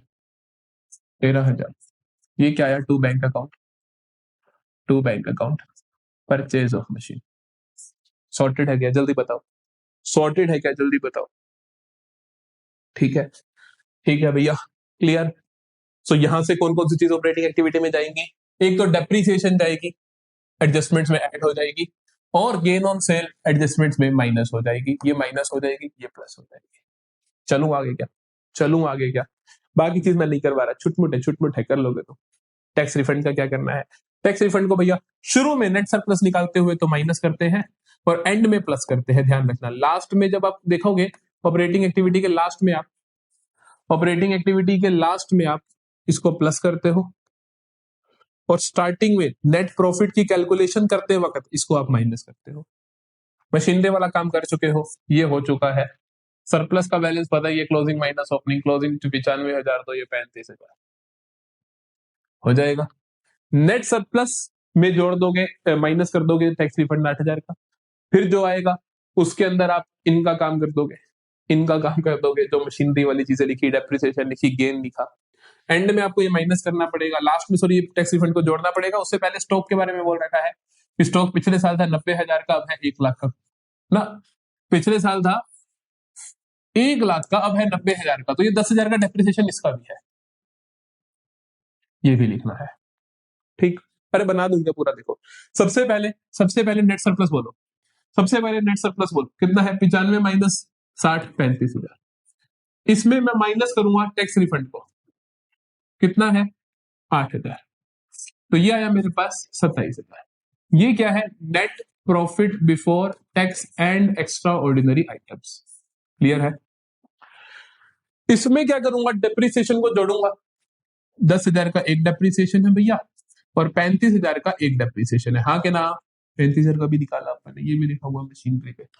और भैया माइनस कर दोगे गेन, गेन कितना है 2,000। ये जो भी आएगा, ये जो भी आएगा इसमें टैक्स रिफंड को वापस से जोड़ देंगे 8,000, फिर जो भी आएगा मेरा फाइनल आंसर होगा, फिर मेरा फाइनल आंसर होगा। ठीक है, ठीक है, ठीक है। चलो एक बढ़िया सा 6 नंबर का क्वेश्चन निकाल देते हैं, एक 6 नंबर का क्वेश्चन कर देते हैं, कर दें क्या, कर दें क्या। लगभग 1 घंटे का लेक्चर हो चुका है, 1 घंटा 5 मिनट का हो चुका है। अब एक क्वेश्चन करते हैं 6 नंबर का ऑपरेटिंग का, फिर एक और करेंगे ऑपरेटिंग का 6 नंबर का, फिर इन्वेस्टिंग पे मूव करेंगे, बहुत जल्दी हो जाती है, उनमें इतना टाइम नहीं लगता। देखो, following is the balance sheet of, following is the balance sheet of Bharat gas limited as at 31 March 2023। ये सारी कहानी दे रखी है, वो कहानी दे रखी है। कैश फ्लो स्टेटमेंट के क्वेश्चन को करने की प्रॉब्लम एक ये होती है कि आप घबरा जाते हो सवाल के साइज को देखकर। घबराना नहीं है, एक तरीका यूज करना है। देखो आपने क्या करना है, आपने क्या करना है, जिस भी चीज के आगे, जिस भी चीज के आगे नोट नंबर लिखा है उसे इग्नोर करना है, उसे इग्नोर करना है, उसे नोट नंबर में ही पढ़ना है। जैसे कि सबसे पहले बेटा आपके पास शेयर कैपिटल, शेयर कैपिटल दे रखी है सर साल की शुरुआत में 10 लाख, अब 14 लाख। क्या शेयर कैपिटल का मैं कहीं पर भी यूज करता हूं ऑपरेटिंग एक्टिविटीज के अंदर? जितना भी फॉर्मेट है कहीं पे मैंने शेयर कैपिटल का कुछ जिक्र करा नहीं करा, छोड़ो पर। रिजर्व सरप्लस भैया नोट नंबर दे रखा है, टिक कर दो, जरूरत नहीं है। लॉन्ग टर्म बोरोइंग्स भैया हमारा कोई काम नहीं है ऑपरेटिंग एक्टिविटी में, लॉन्ग टर्म बोरोइंग्स का कोई काम नहीं है, सिर्फ इंटरेस्ट का होता है, इंटरेस्ट दिया होगा तो हम देख लेंगे। करंट लायबिलिटीज का काम होता है वर्किंग कैपिटल चेंजेस के बाद मैंने आपको बोला था कि increase in current liability, decrease in current asset, उसे जोड़ देते हो, decrease in current liability, increase in current asset को माइनस कर देते हो, तो यहां पर काम आएगा। देखो ट्रेड पेबल है, साल की शुरुआत में थे 60,000 के, अब है 1 लाख के, बढ़ गए। इंक्रीज इन करंट लायबिलिटी है, प्लस कर दोगे वर्किंग कैपिटल चेंजेस में।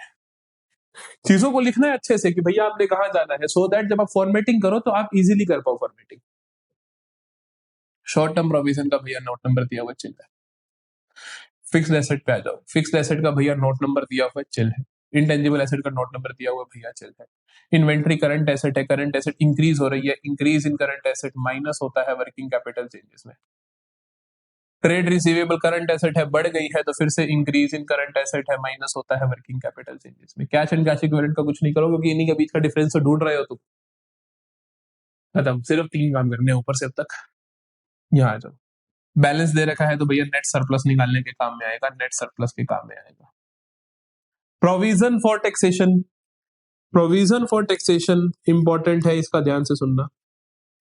सिर्फ प्रोविजन फॉर टैक्सेशन दिया हो और इससे रिलेटेड कुछ ना बोला गया हो, जैसे कि सवाल में कुछ नहीं बोला गया, मैं आपको एंड में करवाऊंगा कि प्रोविजन फॉर टैक्सेशन कुछ बोला गया हो तब क्या होता है।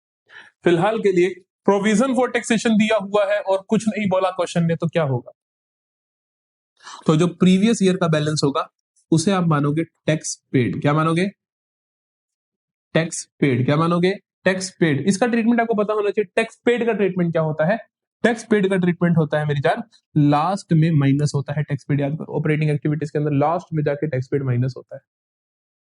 अच्छा सर ये तो आया समझ। जो ये वाला है इसको क्या मानोगे, इसे मानोगे, इसे मानोगे प्रोविजन फॉर टैक्स। अरे अरे अरे करंट ईयर, करंट ईयर कहां जाता है, कहां जाता है भैया, प्रॉफिट्स निकालते हुए ऐड होता है, याद आया। नेट सरप्लस से जब प्रॉफिट्स पे पहुंचते हो तो जो 4 चीजें होती है प्लस माइनस वाली, उनमें एक होता है क्रिएशन ऑफ प्रोविजन, उसे भी आप जोड़ते हो। Provision for tax, sorry not creation of provision, so sorry, provision for tax current year को आप जोड़ते हो, provision made during the year को आप जोड़ते हो। यहाँ जाओ, इनके बारे में डिटेल्स दे रखी है, टेंजिबल एसेट्स के बारे में और एक्यूमुलेटेड डेप्रिसिएशन। आपको यहाँ देखते ही समझना है कि एक्यूमुलेटेड डेप्रिसिएशन इस क्वेश्चन में है पड़ा, तो ये वो वाला अकाउंट बनेगा। अगर बनेगा तो हर क्वेश्चन में बनता ही है, ये मैं तुम्हें पहले से ही एक चीट शीट दे चुका हूँ, ये देखो इसने बोला भी है कि एक मशीन खरीदी बेच दी जो भी करा, तो मतलब इसका तो आप अकाउंट बनाओगे, इसकी चिंता भी छोड़ दो, आपका हम अकाउंट बनाएंगे। गुडविल साल की शुरुआत में थी 2 लाख की, अब है 1,40,000 की। साल की शुरुआत में थी 2 लाख की, अब है 1,40,000 की। 60,000 की हवा में उड़ गई क्या? 60,000 की हवा में उड़ गई क्या? तो आप बोलोगे माइनस करोगे, क्यों? क्योंकि ये गुडविल अमोर्टाइज्ड है। कहां से माइनस करोगे? एडजस्टमेंट्स में से माइनस करोगे। ठीक है, यहाँ पर हमने सारी की सारी चीजों को एक बार लिख दिया है। कुछ भी समझ नहीं है तो एक बार प्लीज तो 10 सेकंड 20 सेकंड पीछे करके दोबारा सुन लो। एक एक चीज का लॉजिक क्लियर होना चाहिए, एक एक चीज का लॉजिक क्लियर होना चाहिए। अब बनाते हैं खाता। किसका खाता बनेगा भैया? मशीनरी का भी बनेगा, एक्यूमुलेटेड डेप्रिसिएशन का भी बनेगा, दोनों का बनाना पड़ेगा, दोनों का बनाना पड़ेगा। क्यों दोनों का बनाना पड़ेगा? क्योंकि दोनों दे रखे हैं, क्योंकि दोनों दे रखे हैं, क्योंकि दोनों दे रखे हैं। चलो,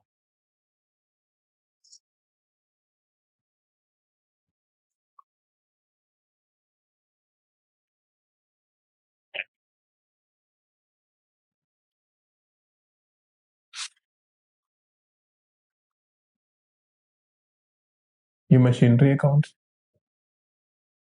ये एक्यूमुलेटेड डेप्रिसिएशन अकाउंट है, ये डेबिट है, ये क्रेडिट है।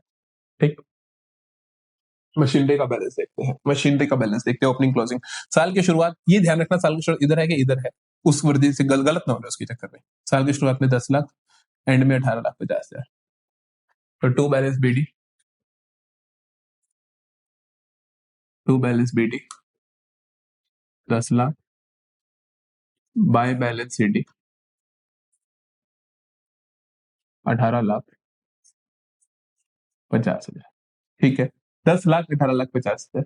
एक्यूमुलेटेड डेप्रिसिएशन साल की शुरुआत में 1 लाख, लास्ट में 2,50,000। साल की शुरुआत में बाय बैलेंस बीडी 1 लाख, और साल के एंड में, साल के एंड में, साल के एंड में टू बैलेंस कैरी डाउन 2,50,000। ठीक है, लिख दिया भैया। अब देखते हैं चीजों को क्या करना है। जब एक्यूमुलेटेड डेप्रिसिएशन होता है, 3 काम करने होते हैं। पहला, मशीनरी को बेचना। दूसरा, डेप्रिसिएशन, एक्यूमुलेटेड डेप्रिसिएशन जितना भी है वो सारे का सारा ट्रांसफर करना और मशीनरी सोल्ड पे। और तीसरी चीज क्या करनी होती है? Gain loss. देखें, during the year of machinery costing 3 lakh on which accumulated depreciation was 45,000 was sold for 1,35,000। 3 lakh की मशीन थी भैया, एक्यूमुलेटेड डेप्रिसिएशन आज तक का 45,000, कितना बच गई? ये बच गई 2,55,000 की। ठीक, ये आपने बेच दी कितने में? 1,35,000 में। फिर प्रॉफिट हुआ लॉस हुआ? 2,55 की चीज 1,35 में बेची, प्रॉफिट हुआ लॉस हुआ? भैया लॉस हुआ, बहुत लॉस हुआ। कितना लॉस हुआ? 1,20,000 का, 1,20,000 का लॉस हो गया। ठीक है, 1,20,000 का लॉस हो गया। शाबाश। लिखे एक चीज को, 3 चीजें चाहिए भैया, 3 चीजें लिखनी है हमें, 3 चीजें लिखनी है हमें। कौन कौन सी 3 चीजें हैं? पहली तो, पहली तो बाय डेप्रिसिएशन ट्रांसफर कर लो, क्या फर्क पड़ता है? बाय एक्यूमुलेटेड डेप्रिसिएशन अकाउंट कितना है भैया? 45,000 का। 45,000 यही है ना? Total depreciation on machinery sold 45,000 का। ट्रांसफर करोगे तो यहां से वहां जाएगा, यहां भी आएगा, यहां भी आएगा। यहां लिखना भूल मत जाना टू मशीनरी अकाउंट, क्योंकि यहां से मशीन में फेंक रहे हो तो लिखो मशीन अकाउंट। वहां पे कहोगे एक्यूमुलेटेड से आ रहा है तो एक्यूमुलेटेड डेप्रिसिएशन। सॉर्टेड। अच्छा, और दूसरी चीज, सेल वाली वैल्यू, बैंक अकाउंट और लॉस, तो लिखोगे बैंक अकाउंट बाय बैंक 135, और बाय लॉस, लॉस हो तो इधर आता है, गेन हो तो इधर आता है। बाय लॉस ऑन सेल, कितना लॉस है बाबू? कितना लॉस है बाबू? 1,20,000। चक दे फट्टे। ठीक है, ठीक है, ठीक है। टोटल करेंगे, टोटल है भैया, इसका टोटल देखे, 3 लाख होना चाहिए, क्योंकि 3 लाख की कॉस्ट की मशीन थी तो 3 लाख होना चाहिए। देखिए, 1,35, 2,55, 3 लाख, 18 और 3, 21, 21,50,000, 21,50,000। 21,50 में से 10 माइनस कर दोगे तो 11,50,000। 21,50 में से 10 लाख माइनस कर दोगे तो 11,50,000। That is to bank account, to bank account machinery purchased. ठीक है, ठीक है, शाबाश, ठीक है, शाबाश। ये बैलेंसिंग फिगर है। इधर भी आता है बैलेंसिंग फिगर, इधर वाले बैलेंसिंग फिगर का नाम क्या होता है? इसका नाम होता है भैया डेप्रिसिएशन। 250 प्लस 45, 2,95,000, 2,95,000, 2,95,000, 2,95,000, 2,95,000 में से 1 लाख गया तो भैया depreciation account by depreciation account कितना आएगा? 1,95,000, 1,95,000। ठीक है, ठीक है, जल्दी बताइए। तो मैंने एक तरीके से पूरे का पूरा क्वेश्चन सिर्फ 10 मिनट में आपके सामने एक बार कर दिया है। अब सिर्फ और सिर्फ फॉर्मेट्स की जरूरत है और उस फॉर्मेट में पुट करने की जरूरत है, उस फॉर्मेट में पुट करने की जरूरत है। और सबसे पहले तो हम एक छोटा सा वर्किंग नोट बना देंगे साइड में जाके। Working note, calculation of net profit before tax and extra ordinary items. शुरुआत में लिखेंगे नेट सरप्लस, क्योंकि ये चाहिए ना अपने को, ये चाहिए ना अपने को, तो नेट सरप्लस लिखेंगे। नेट सरप्लस लिखेंगे भैया, नेट सरप्लस का है, नेट सरप्लस का है, नेट सरप्लस का है, नेट सरप्लस का है, ये रहा। कितना है? Closing minus sorry closing minus opening, closing minus opening, उल्टा मत लिख लेना भाई बस figure. 5 lakh minus 4 lakh, 5 lakh minus 4 lakh. ठीक, कुछ एडजस्टमेंट थी क्या? प्रॉफिट में कुछ प्लस माइनस करना था क्या? कुछ प्रॉफिट में प्लस माइनस करना था क्या? अरे करना तो है भैया, ये रहा, ये रहा। प्रोविजन फॉर टैक्स में था, provision for tax current year, ये प्रॉफिट से प्लस होगा, जो होता चले जाना उसे टिक करते चले जाना। कितना प्लस करना है? 80,000। तो मैं कहूंगा कि plus provision for tax current year. कितना है? कितना है? 80,000 का था, हाँ 80,000 का था, 80,000 का था। 1 लाख प्लस 80,000 कितना आया? 1,80,000। Net profit before tax and extra ordinary items 1,80,000 आ गया। Net profit before tax and extra ordinary items कितना आ गया? 1,80,000 आ गया। चलो अब फॉर्मेट बना लेते हैं और अब शुरू करते हैं। ये लो फॉर्मेट बनाते हैं।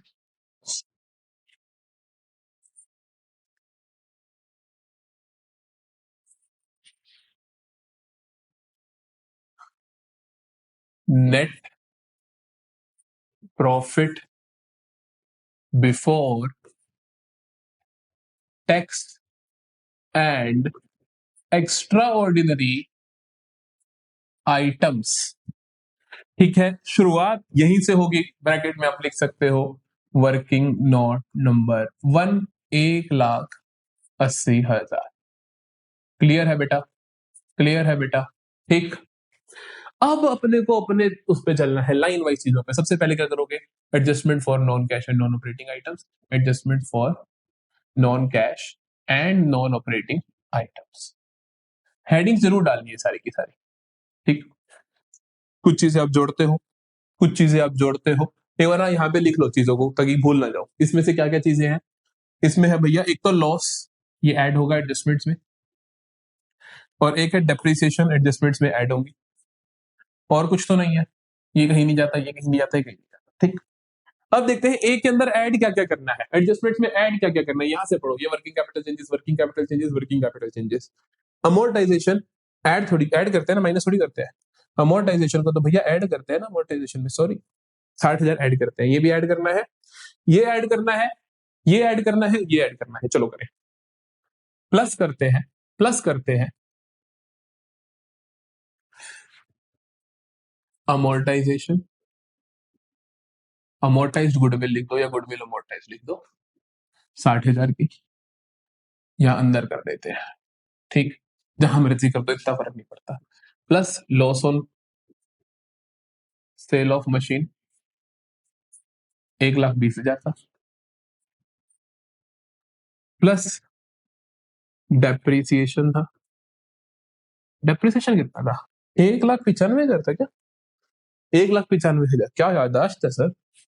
1,95,000। अरे सेम क्वेश्चन कई बार करवा दिया मेरे भाई, इसीलिए याद है। ठीक है, जोड़ दूं क्या इन तीनों को? और कुछ तो नहीं है, पहले देख लो एडजस्टमेंट में कुछ माइनस वाला तो नहीं है। जो हो गया उसे टिक करो। ये हो गया है भैया, ये हो गया है भैया, ये हो गया है भैया। कुछ और? कुछ और नहीं। एडजस्टमेंट में कुछ और किसी को दिखता है? किसी को दिखता है तो बोल दो। नहीं है कुछ भी, लिख दो जोड़ के। कितना आएगा? 2 लाख मान लेते हैं इसको। 2 लाख प्लस 1 20, 3 20, 3 20 और 60, 380। 380 में से 5 गए तो 3,75,000। ठीक। ये क्या आया आपके पास? ये क्या आया आपके पास? इन दोनों को जोड़ने के बाद हम कहेंगे कि operating profit, operating profit before working capital changes कितना आया? 375 प्लस 180, 375 प्लस 180, 375 प्लस 1 475 प्लस 1 575 में से 20,000 हटा दो तो 5,55,000।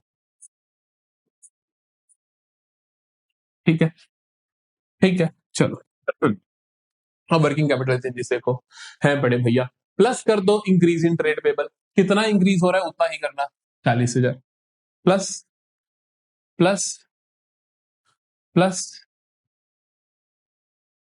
Increase in trade payable 40,000। और देखें, और देखें, ये हो गया। और वर्किंग कैपिटल चेंजेस दो चीजें माइनस करनी है क्योंकि इन्वेंट्री भी बढ़ गई है और ये भी बढ़ गई है। तो माइनस करोगे increase in inventory, increase in trade receivable, minus करोगे इंक्रीज इन इन्वेंट्री और माइनस करोगे increase in trade receivables. Increase in inventory कितना माइनस करोगे? कितना माइनस करोगे? 50,000 का बड़ा है और वो 2 लाख का बड़ा है, तो 50 1 2 1, 50,000 एक माइनस करोगे, 2 लाख एक माइनस करोगे, नेट क्या होगा? 2,10,000 माइनस होगा नेट। नेट क्या होगा? 2,10,000 माइनस होगा। तो कितना आया? ये आया मेरे पास 5,55,000 माइनस 2 10, 5,55 में से 10 गए तो 5,45, 5,45 में से 2 गए तो 3,45,000। ठीक है, 3,45,000। ये क्या आया? ये क्या आया? ये आया कैश जनरेटेड फ्रॉम ऑपरेशंस। ये क्या आया? Cash generated from operations. अब क्या करना है भैया इसके बाद? इसके बाद देखो कुछ लास्ट में प्लस माइनस है क्या? कुछ लास्ट में प्लस माइनस है क्या? फिर उसे देखते हैं, ये हो गया, सारा हो गया, सारा हो गया, ये हो गया, ये हो गया, हो गया, हो गया, हो गया, हो गया, हो गया, हो गया, हो गया, हो गया, हो गया, हो गया, हो गया, हो गया, ये भी हो गया, ये रहा। टैक्स पेड लास्ट में माइनस करना है 60,000 का, टैक्स पेड माइनस करना है लास्ट में 60,000 का। इधर भी सब हो रखा है। बस बस बस, माइनस कर दो। Tax paid 60,000, 2 lakh, 2,85,000। This is my net cash flow from operating activities. This is my net cash flow from operating activities. समझ में आई क्या? समझ में आई क्या? मुझे हंसी आ रही है। बता तुम क्यों? क्योंकि ये भी 6 नंबर का सीबीएसई ने पूछा। अगला सवाल जो दिखाऊंगा वो भी 6 नंबर का सीबीएसई ने पूछा। 5 मिनट का क्वेश्चन है अगला, वो भी 6 नंबर का। ये 20 मिनट का भी 6 नंबर का, एक ही साल के अलग अलग सेट्स में।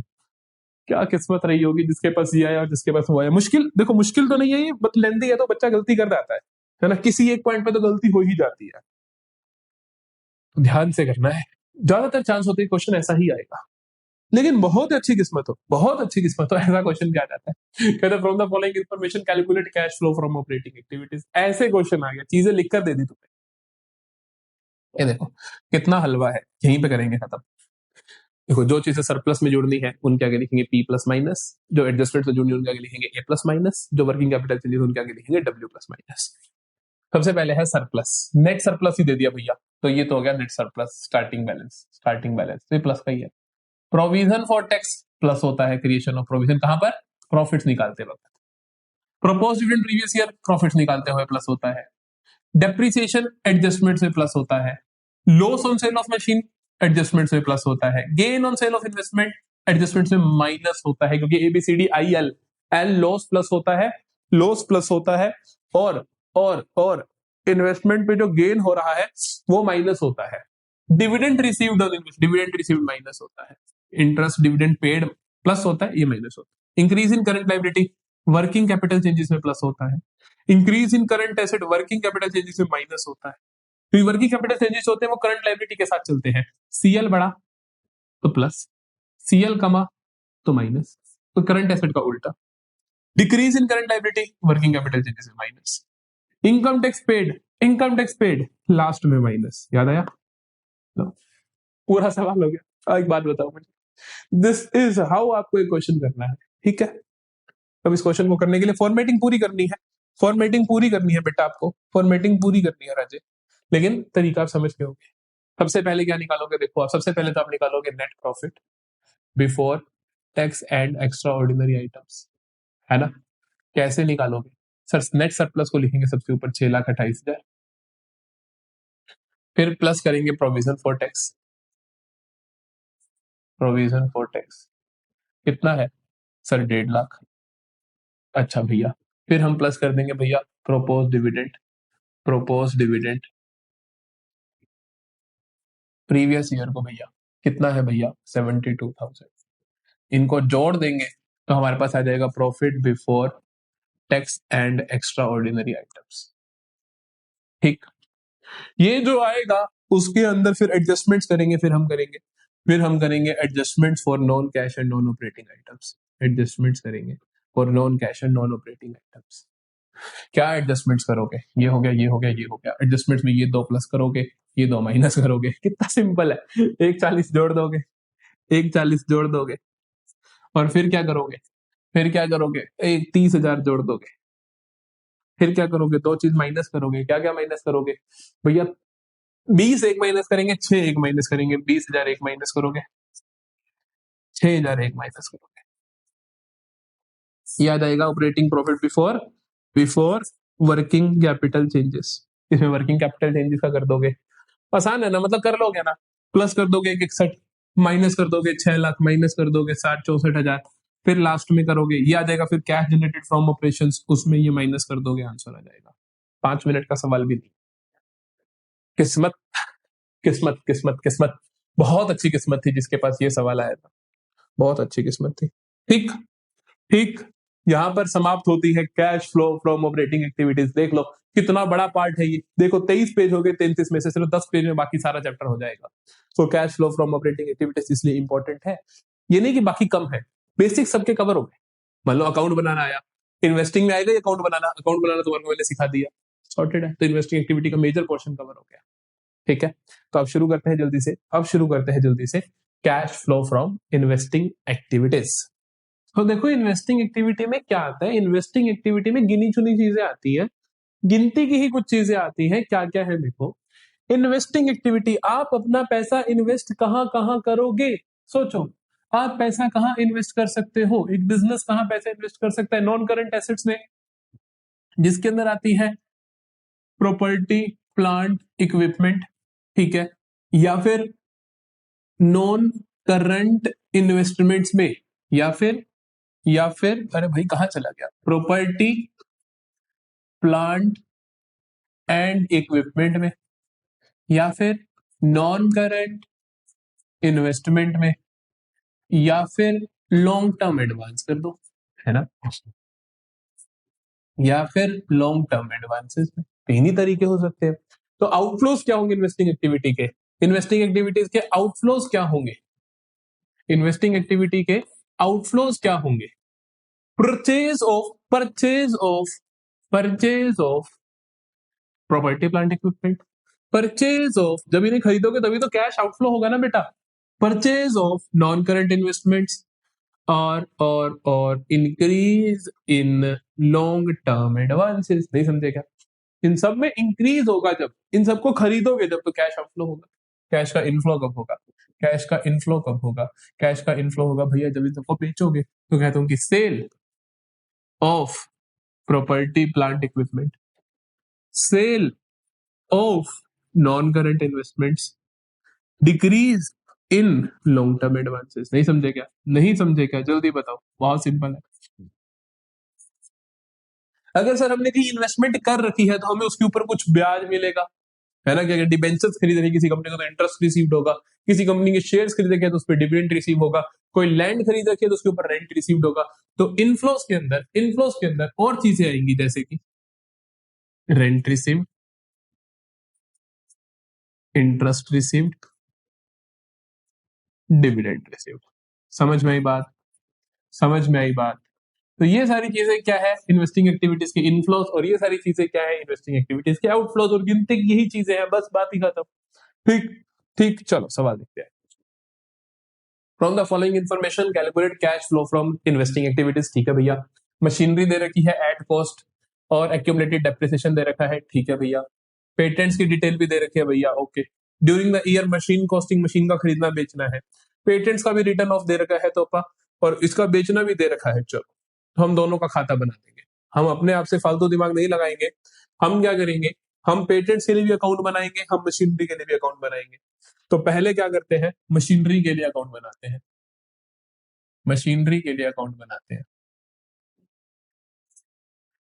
मशीनरी के लिए अकाउंट बनाते हैं। मशीनरी के अंदर एक्यूमुलेटेड डेप्रिसिएशन भी है। मशीनरी में एक्यूमुलेटेड डेप्रिसिएशन भी है, तो उसका भी खाता बनाना पड़ेगा मुझे। तो उसका भी खाता बनाना पड़ेगा मुझे। तो ये मशीनरी अकाउंट। अब कोई भी बच्चा गलत नहीं करेगा, तीसरा खाता बनवा रहा हूं, एक्यूमुलेटेड डेप्रिसिएशन अकाउंट। ठीक ठीक ठीक ठीक, चलो सर।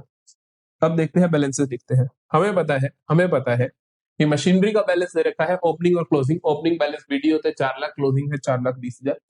हम लिखेंगे to balance BD, to balance BD 4 lakh, और बाय बैलेंस सीडी 4,20,000, 4,20,000। ठीक। इसी तरीके से एक्यूमुलेटेड डेप्रिसिएशन का दे रखा है ओपनिंग बैलेंस 1 लाख, क्लोजिंग 1,10,000। तो opening balance 1 lakh, opening balance इसका क्रेडिट में होगा। बाय बैलेंस बीडी 1 लाख, और क्लोजिंग बैलेंस होगा टू बैलेंस सीडी 1,10,000। ठीक है सर, ठीक है। अब देखते हैं और क्या है। During the year a machine costing 40,000 with its accumulated depreciation. 40,000 की मशीन है, एक्यूमुलेटेड डेप्रिसिएशन 24,000 है, वो सोल्ड फॉर 20,000। वो सोल्ड फॉर 20,000। हमें क्या क्या लिखना होता है, 3 चीजें। एक तो हमें एक्यूमुलेटेड डेप्रिसिएशन ट्रांसफर करनी होती है। कितनी है मेरे बेटा, 24,000 है सर। 24,000 ट्रांसफर करें पहले तो, 24,000 ट्रांसफर करें पहले तो, कि सर 24,000 ट्रांसफर करते हैं टू मशीनरी अकाउंट।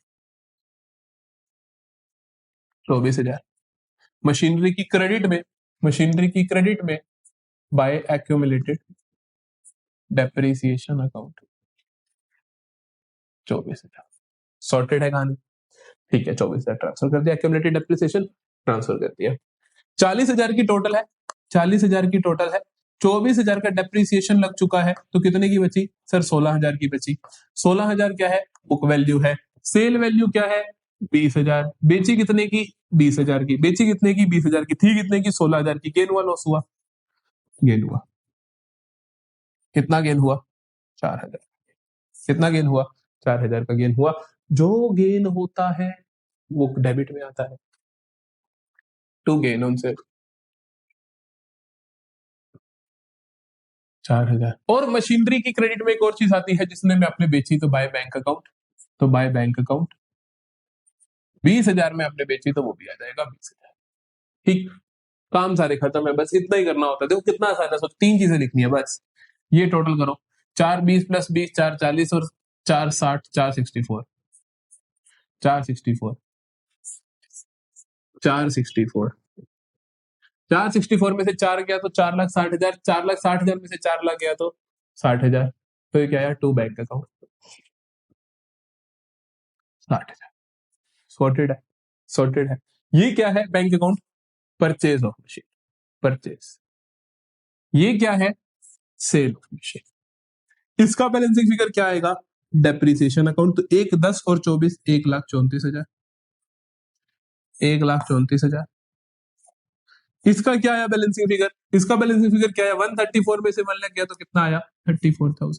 इसका नाम क्या होगा, बाय बाय डेप्रिसिएशन अकाउंट। ठीक ठीक, मशीनरी वाला काम खत्म। पेटेंट का अकाउंट और बना लेते हैं, पेटेंट का अकाउंट और बना लेते हैं, पेटेंट का अकाउंट और बना लेते हैं, पेटेंट का अकाउंट और बना लेते हैं, यहीं पे बना दे।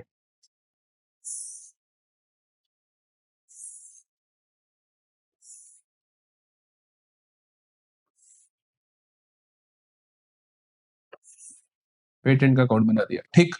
जल्दी से देखो मेरे भाई, तुम्हारा ही लेक्चर लंबा, अरे अरे चल जा मेरी जान। पेटेंट्स अकाउंट, ठीक। पेटेंट भी तो एसेट है, पेटेंट का ओपनिंग बैलेंस कितना है 280, क्लोजिंग कितना है 160, तो लिखेंगे to balance BD 280, 280, closing balance कितना है 160, तो बाय बैलेंस सीडी 160। बहुत सिंपल, बहुत सिंपल। कहते patents return of worth 40,000, right of कर दिए पेटेंट 40,000 के, राइट ऑफ करा तो क्रेडिट में आएगा क्या, बाय अमोर्टाइजेशन। जैसे जैसे जैसे टेंजिबल एसेट में आता है बेटा डेप्रीसिएशन, यहाँ पे अमोर्टाइजेशन आ जाएगा। कितना किया 40,000।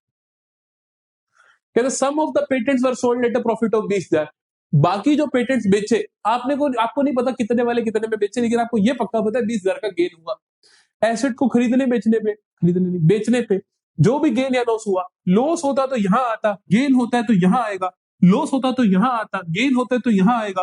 लिख दू टू गेन ऑन सेल कितना आया सर, 20,000 आया, शाबाश शाबाश, सॉर्टेड। अब इसको मैं क्या करता हूं, टोटल करता हूं, 280 प्लस 20 कितना होता है 3,00,000, इधर भी 3,00,000। भैया इधर 3,00,000 लिखा, अगर हमने 3,00,000 लिखा हमने, तो बैलेंसिंग फिगर कितना आएगा, बैलेंसिंग फिगर कितना आएगा 160 प्लस 40 2,00,000, टोटल 3,00,000, ये बन रहा 2,00,000, ये है 3,00,000, 3 में से 2 गया तो 3 में से 2 गया तो 1,00,000। ये क्या है बाय बैंक अकाउंट, ये बेचा होगा आपने, उसने कहा ना कुछ बेचा था तो ये बेचा होगा, कुछ बेचा था तो ये बेचा होगा। नहीं आई बात समझ, नहीं आई बात समझ। क्वेश्चन ने बोला, सबसे पहले बोला कि ये बैलेंस 40,000 डेप्रिशिएट कर दिया, जो बेचा गेन पे बेचा, गेन लिख दिया, बैलेंसिंग फिगर जो बेचने की वैल्यू होगी, सॉर्टेड है। चलो अब देखते हैं cash flow from investing activities में क्या क्या जाएगा। इन्वेस्टिंग एक्टिविटीज में क्या क्या क्या क्या जाएगा, ठीक। रीड आउट करते हैं कि पहले देखो आपको, सुनिए, मशीन है, एक्यूमुलेटेड डेप्रिसिएशन है, मशीनरी है, पेटेंट है, ये सारे के सारे खातों में आ चुके हैं, तो यहां से तो कुछ भी नहीं करना। अकाउंट में आ जाओ, पेटेंट में देखो कुछ खरीदना बेचना हुआ क्या, कुछ खरीदना बेचना हुआ क्या, हाँ जी भैया बेचा है, कितने का 1,00,000 का, 1,00,000 का बेचा है, तो आपके पास आएगा पैसा, क्या लिखोगे, सेल ऑफ पेटेंट्स, कितने के बेचे 1,00,000 के, तो 1,00,000 आ गया, ठीक। इधर देखो मशीन में कुछ खरीदा बेचा है क्या, भैया बेची है मशीन 20,000 की, खरीदी है 60,000 की, बेची है मशीन, सेल ऑफ मशीन, तो पैसा आएगा।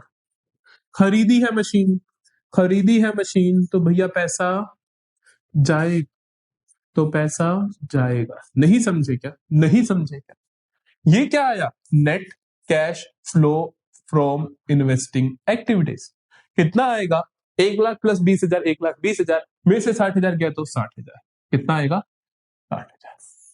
क्लियर है बेटा, जल्दी बताओ। Done done done done. चलो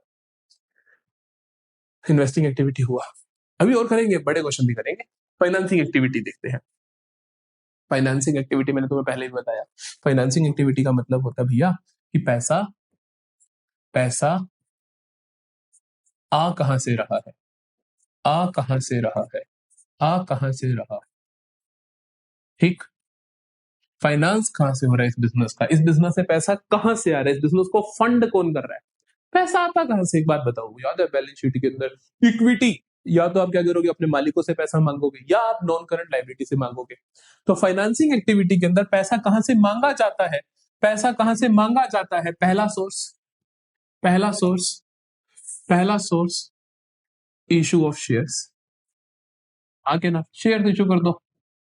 दूसरा सोर्स इशू ऑफ डिवेंचर, आगे ना डिवेंचर से ले लो भैया।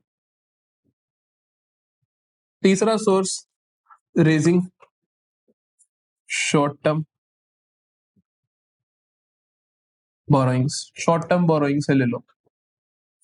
और चौथा increase in long term borrowings, long term loans ले लो, बैंक से लोन ले लो, शॉर्ट टर्म के अंदर बैंक ओडी ले लो, शॉर्ट टर्म के अंदर कैश क्रेडिट ले लो, लॉन्ग टर्म बोरोइंग्स में टर्म लोन ले लो, पब्लिक डिपॉजिट्स ले लो। तो यही तरीके है। तो अगर मैं कहूं कि फाइनेंसिंग के इनफ्लोज क्या क्या होंगे, इनफ्लोज क्या क्या होंगे, तो issue of share, issue of debentures, short term borrowings, long term borrowings. नहीं समझे? नहीं समझे क्या? अगर मैं तुमसे पूछूं आउटफ्लोज क्या होंगे, आउटफ्लोज क्या होंगे? शेयर्स को इशू करने का उल्टा होता है बायबैक कर लेना शेयर्स को, कि खरीद लेना वापस से, बायबैक ऑफ शेयर्स। ठीक। डिवेंचर्स को इशू करने का उल्टा होता है रिडम्पशन ऑफ डिवेंचर्स। क्या होता है? रिडीम कर देना भैया, रिडम्पशन ऑफ डिवेंचर्स। या प्रेफरेंस शेयर्स, प्रेफरेंस शेयर्स को भी रिडीम किया जा सकता है। शॉर्ट टर्म बोरोइंग्स रेज करना, रीपेमेंट करना। रीपेमेंट से क्या हो जाएगा बेटा? आउटफ्लो हो जाएगा। रीपेमेंट ऑफ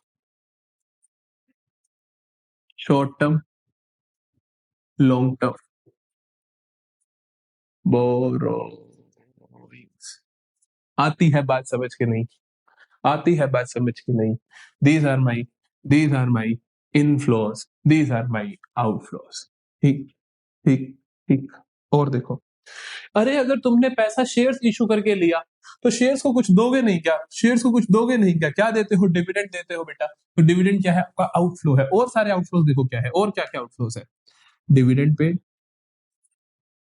डिवेंचर्स, शेयर्स पे दोगे डिविडेंड, डिवेंचर्स पे दोगे इंटरेस्ट, इंटरेस्ट पे, और कोई भी फाइनेंस कॉस्ट, कोई भी फाइनेंस कॉस्ट, जैसे कि जैसे कि जैसे कि share issue expense, share issue expense, या जैसे कि नाम याद नहीं आ रहा। ऐसे मतलब मिल जाएगा, बोरोइंग कॉस्ट लिखा होगा, फाइनेंस कॉस्ट लिखा होगा, यही नाम लिखे होंगे। ठीक है, ठीक है, ठीक है। ये हो गए बेटा आपके, ये हो गए बेटा आपके फाइनेंसिंग एक्टिविटीज। समझ में आती है? गिनती चुनी चीजें हैं, फिर से गिनी चुनी चीजें हैं, कुछ नया नहीं है ना? शेयर्स, डिबेंचर्स और long term short term borrowings. ठीक। कितना आसान है ये? बहुत आसान। अब देखो सवाल देखें, इसके अंदर मुझे क्या करना है, इसके अंदर मुझे क्या करना है, मुझे निकालना है cash flow from investing activities, cash flow from financing activities. 6 number का सवाल है, सीबीएसई बोर्ड एग्जाम का क्वेश्चन है, सीबीएसई बोर्ड एग्जाम का क्वेश्चन है। ठीक। क्वेश्चन को करा कैसे जाता है? पहले तो देख लो, कोई खाता वाता बनाना तो बना लो। कोई खाता वाता बनाना है तो बना लो। है पड़ा खाता, देखो during the year, piece of machine, piece of machine कुछ है, मशीन का खाता बनेगा। उसके बाद एक एक चीज को रीड कर लो और देख लो कहां पे जानी चाहिए। बस पहले तो खाते बना दो, आराम हो जाएगा। क्या है? During the year a piece of machinery costing 8 lakh accumulated depreciation thereon ऑन 50,000 was sold for this. Machine के बारे में डिटेल्स ये रही, इनको टिक कर दो क्योंकि इनका आप खाता बना रहे हो। Plant and machinery account, accumulated depreciation account, कितनी बार आ गया देखो, कितनी बार आ गया। अब तो मेरे हर बच्चे को आना चाहिए, अब तो मेरे हर बच्चे को आना चाहिए। यहाँ बना लेते हैं, खाली पेज नहीं है, खाली पेज, खाली पेज नहीं है, यही बनाना पड़ेगा। फिर हम फॉर्मेट्स कहाँ बनाएंगे, फिर हम फॉर्मेट्स कहाँ बनाएंगे? यहाँ पे खाली जगह निकाल लेते हैं। ठीक, यहाँ पे हम बनाते हैं अपने खाते, यहाँ पे हम बनाते हैं खाते। ये मशीनरी अकाउंट, ये मशीनरी अकाउंट का फॉर्मेट हो गया। ठीक। और मुझे चाहिए एक्यूमुलेटेड डेप्रिसिएशन अकाउंट पे, और मुझे चाहिए एक्यूमुलेटेड डेप्रिसिएशन अकाउंट पे।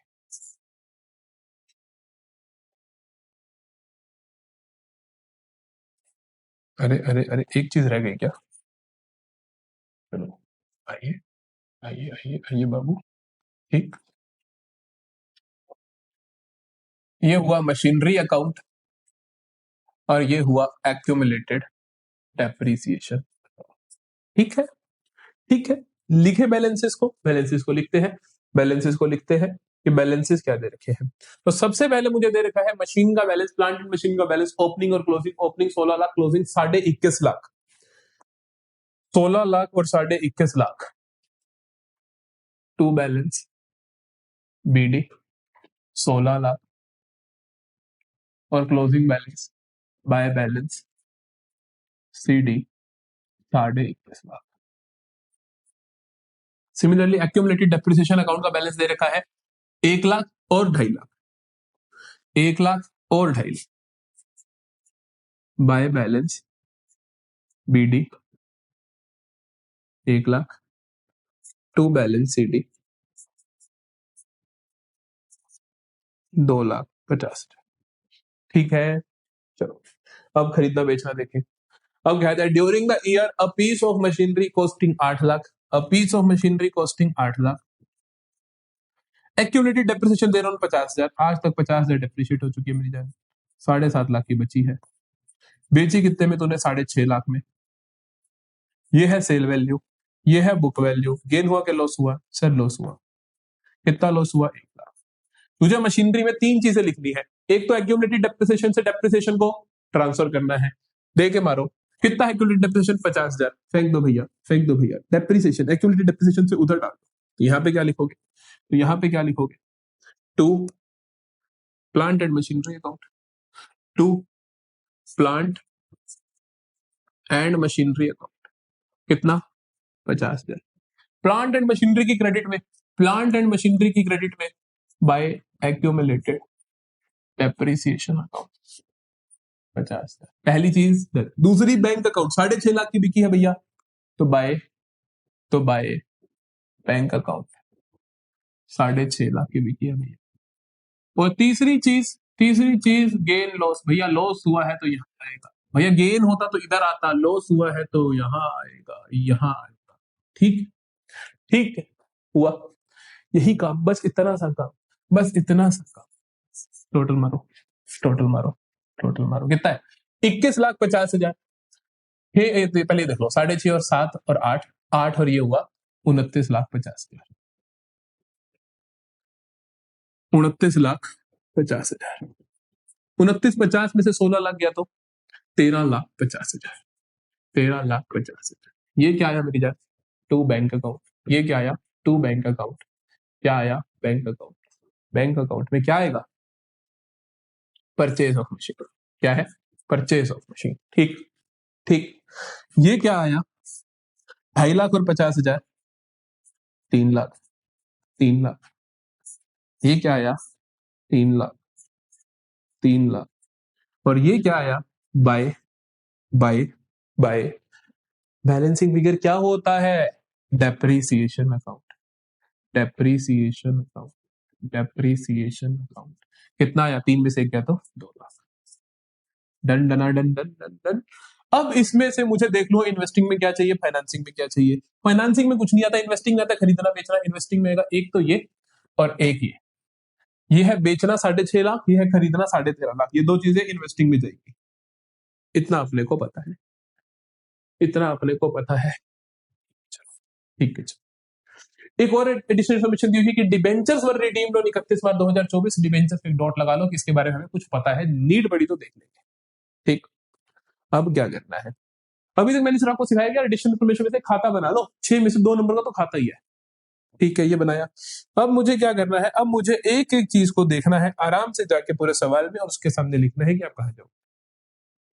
Share holders fund, share capital. Share capital पहले 10 लाख थी, अब 12 लाख हो गई, बढ़ गई। ये क्या है बेटा? फाइनेंसिंग का प्लस, क्योंकि कैपिटल इशू ऑफ शेयर्स है ना, फाइनेंसिंग का प्लस। रिजर्व एंड सरप्लस 1 पे है, गोली मारो। ये 2 पे है, गोली मारो। ट्रेड पेबल का इंक्रीज डिक्रीज ऑपरेटिंग एक्टिविटी में जाता है, तो हमें नहीं चाहिए। शॉर्ट टर्म प्रोविजन वहां पर है, गोली मारो।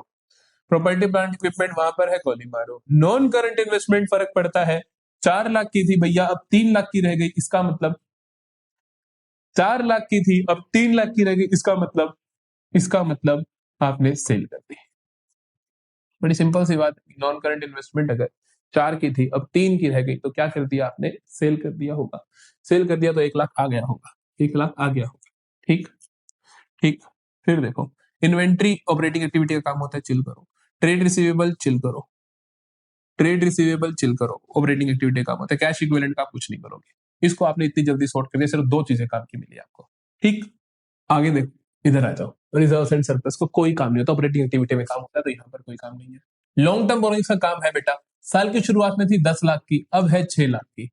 तो इसकी 2 चीजों का काम आएगा, एक तो आपका इंटरेस्ट भी काम आएगा इस पे, और दूसरा जो आपने रिडीम करा या इशू करा। शुरुआत में 10 लाख के थे, अब है 6 लाख के, तो रिडम्पशन है। तो रिडम्पशन है, रिडम्पशन है तो बेटा फाइनेंसिंग में -4 लाख। ठीक, इंटरेस्ट भी तो पे किया होगा, वो भी फाइनेंसिंग में माइनस होगा।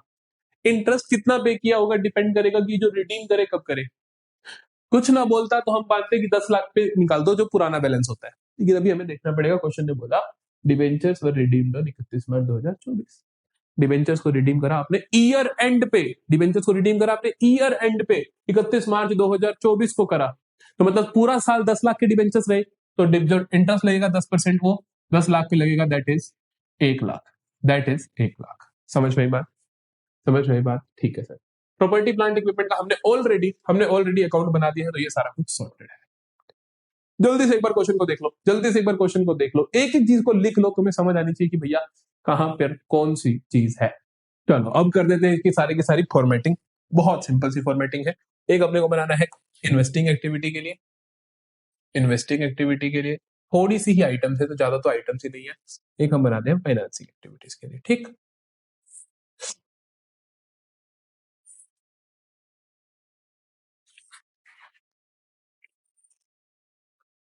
यहाँ पे हम ऊपर वाले में करते हैं इन्वेस्टिंग एक्टिविटीज, ऊपर वाले में करते हैं हम इन्वेस्टिंग एक्टिविटीज। तो इन्वेस्टिंग में देखो क्या क्या है, इन्वेस्टिंग में देखो sale of non current investment है, और कहीं भी कुछ भी नहीं है। और यहाँ पे जरूर होगा परचेज और सेल। मशीन बेची 6.5 लाख की, खरीदी 13.5 की। Purchase of machine 13.5 lakh. अरे भैया अगर खरीदी है तो कैश जाएगा, जाएगा। Sale of machine, sale of machine 6.5 lakh, तो कैश आएगा, प्लस होगा।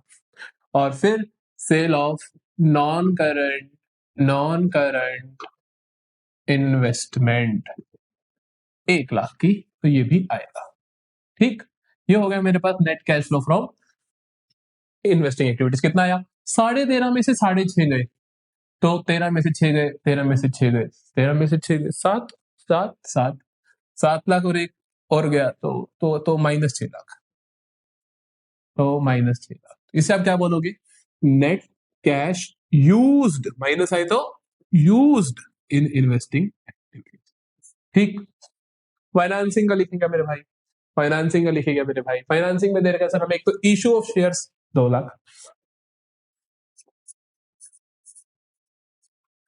इशू ऑफ शेयर्स 2 लाख, ठीक।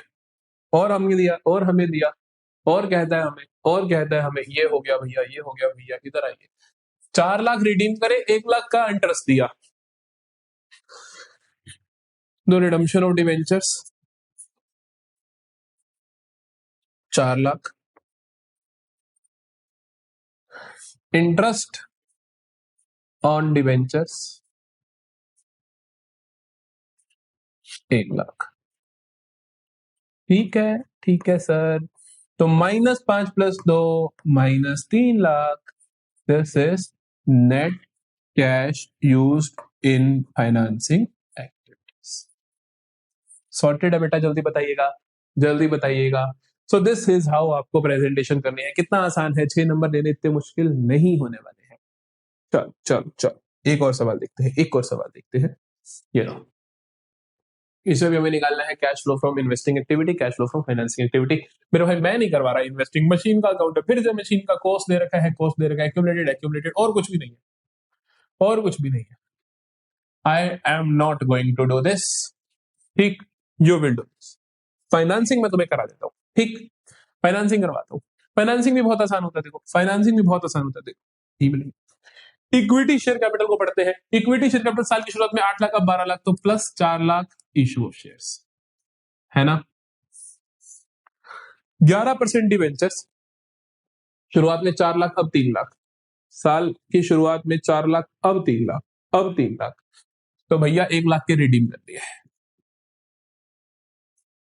-1 लाख के रिडीम। ब्याज देना है, ब्याज देना है 11%, किस पे दोगे नहीं पता, इन्फॉर्मेशन में पढ़ोगे, इन्फॉर्मेशन अमाउंट दे दिया 40,000, तो फिर आप क्वेश्चन ही नहीं करोगे क्या है, आप 40,000 लिख दोगे, आप नहीं देख सोचोगे कि कब रिडीम हुए, कब क्या हुआ, क्वेश्चन में जितना दे दिया उतना कर दोगे, तो ये आपका माइनस इंटरेस्ट। अब आप नहीं निकालोगे 11% किसी भी चीज का, कि सोचो 11% तो 3 लाख निकलेगा, या 11% तो 4 लाख निकलेगा, नहीं।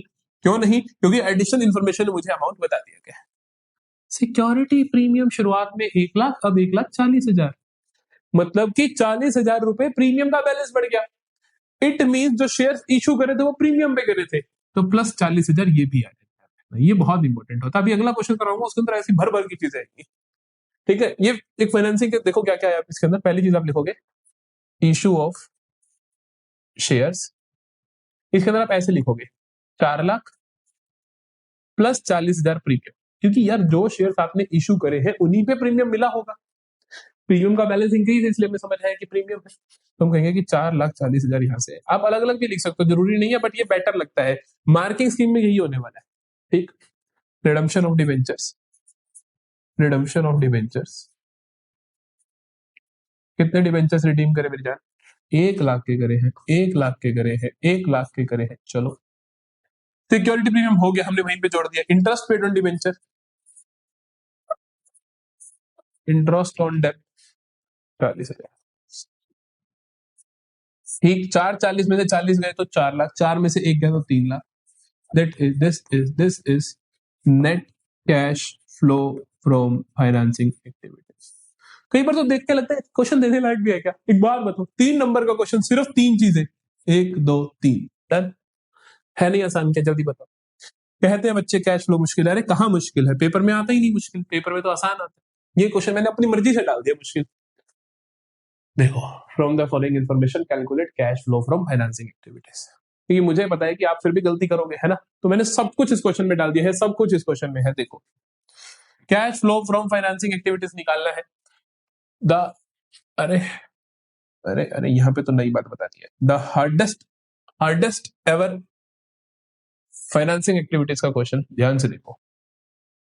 जिस बच्चे को ये अपने आप से आता है, तो आप मान के चलो आप बहुत शानदार स्कोर करने वाले हो अपने बोर्ड एग्जाम में, बहुत शानदार स्कोर करने वाले हो अपने बोर्ड एग्जाम में। फाइनेंसिंग फाइनेंसिंग एक्टिविटीज का, ठीक ठीक, कैसे करना है ध्यान से सुनो। बहुत सारी एडिशनल इन्फॉर्मेशन है। सबसे अच्छा तरीका है किसी एक चीज को पकड़ो, उसके बारे में सब जान लो। जैसे कि यहाँ से हमने इक्विटी शेयर कैपिटल देखा, आपको चला साल की शुरुआत में था 15 लाख, अब है 20 लाख, 15 लाख 20 लाख, तो 5 लाख के शेयर इशू करे। आपको समझ आएगी भैया 5 लाख के शेयर इशू करे हैं। इसके बारे में देखो क्या क्या डिटेल्स है। कहता है equity shares were issued at a premium of 20%, तो यही 5 लाख के शेयर जो तुमने इशू करे 20% के प्रीमियम पे इशू करे, तो प्लस प्रीमियम कितना कितना 1 लाख का 20%, और सॉरी 5 लाख का 20%, 1 लाख होता तो 1 लाख का प्रीमियम आ गया, 1 लाख जोड़ दिया। ठीक है, 1 लाख जोड़ दिया। ठीक, प्रेफरेंस शेयर को छोड़ो, डिवेंचर्स को छोड़ो, इंटरिम डिविडेंड को छोड़ो, इंटरेस्ट पेड को छोड़ो, underwriting commission on equity shares 20,000 was paid and was written off from security premium. ये 20,000 की प्रीमियम, 20,000 का आपका ये कमीशन था और प्रीमियम से राइट ऑफ करा, तो 20,000 माइनस कर दो। ठीक, शेयर्स का काम डन है, शेयर्स का काम डन है। इसे टिक करो, इसे टिक करो, इसे टिक करो, जाकर शेयर्स का लिख दो। इशू ऑफ शेयर्स ब्रैकेट में 5 lakh plus premium 1 lakh minus commission 20,000। ठीक है, ऐसे करना है। 5 प्लस 1 6, 6 में से 20,000 गए तो 5,80,000। अब चाहो तो तुम अलग अलग भी लिख सकते हो, मुझे कोई दिक्कत नहीं, ऐसे लिख दो कि 5 लाख प्लस प्रीमियम 1 लाख 6 लाख, फिर बाद में लिख दो अंडरराइटिंग कमीशन 20,000 माइनस में। मर्जी है तुम्हारी, ये भी ठीक है वो भी ठीक है। ठीक, अगला देख, 12% प्रेफरेंस शेयर, भैया साल की शुरुआत में थे 5 लाख के, अब है कितने? 0, तो मतलब आपने क्या करा? रिडीम करा है, रिडीम करा है प्रेफरेंस शेयर्स को, कितना? 5 लाख का। इसके बारे में देख लो डिटेल्स, क्योंकि इसके ऊपर ब्याज भी तो होगा, ब्याज की बात करेंगे। देख लो कहीं डिस्काउंट तो नहीं है, प्रीमियम तो नहीं है। Preference shares were redeemed at par, चलो पार पे हुए थे, टिक कर दो। कि मतलब उधर 5 लाख वाले को 5 लाख ही दिया, और कुछ बोला क्या? और कुछ बोला क्या? और कुछ नहीं बोला। इनका डिविडेंड दे रखा है, वो बाद में बात की बात है, अभी अपने को फर्क नहीं पड़ता। हम बोलेंगे कि रिडम्पशन ऑफ प्रेफरेंस शेयर्स कितने रिडीम करें? 5 लाख। ठीक है, सर, ठीक है सर, ठीक है सर। अब देखो ये भी हो गया। डिवेंचर्स पे आ जाओ। डिवेंचर साल की शुरुआत में 0, अब 2.5 लाख, तो मतलब आपने इशू करे हैं। तो आपने इशू करे हैं 2.5 लाख के डिबेंचर्स, हाँ के ना? हाँ जी सर, इशू करे हैं। अब इनके बारे में डिटेल्स देखो। Debentures were issued at discount of 10%, discount of 10%, 10% के डिस्काउंट पे इशू करे हैं। तो आपको मिला कितना पैसा? 2,25,000, क्योंकि 2,50,000 के डिबेंचर्स थे, 2,50,000 के डिबेंचर्स थे, 25,000 का डिस्काउंट दे दिया, तो कितना बचा? 2,25,000 बचा, 2,25,000 बचा। डिविडेंड शिविडेंड बाद में देखेंगे। इशू ऑफ डिबेंचर्स ब्रैकेट में 2,50,000 माइनस डिस्काउंट ऑफ 25,000, कितना आया? 2,25,000। आती है बात समझ? चलो टिक कर रखे सारे। इंटरिम डिविडेंड पेड 1.5 लाख, शाबाश। इंटरेस्ट पेड, देखो इन 14% डिवेंचर्स पे अगर क्वेश्चन ना बताए इंटरेस्ट पेड तो आप जीरो मानते हो कि आप ओपनिंग बैलेंस में देखते हो। इन क्वेश्चन ने बता दिया, बहुत अच्छा किया, बता दिया 35,000। प्रेफरेंस का डिविडेंड ना दिया होता तब भी मानते, दे दिया 5 लाख का 12%। क्यों? क्योंकि भैया इंटरिम डिविडेंड के बारे में बात की गई है, अगर शेयर्स का डिविडेंड दे दिया तो ऑटोमेटिकली प्रेफरेंस का भी दे दिया होगा।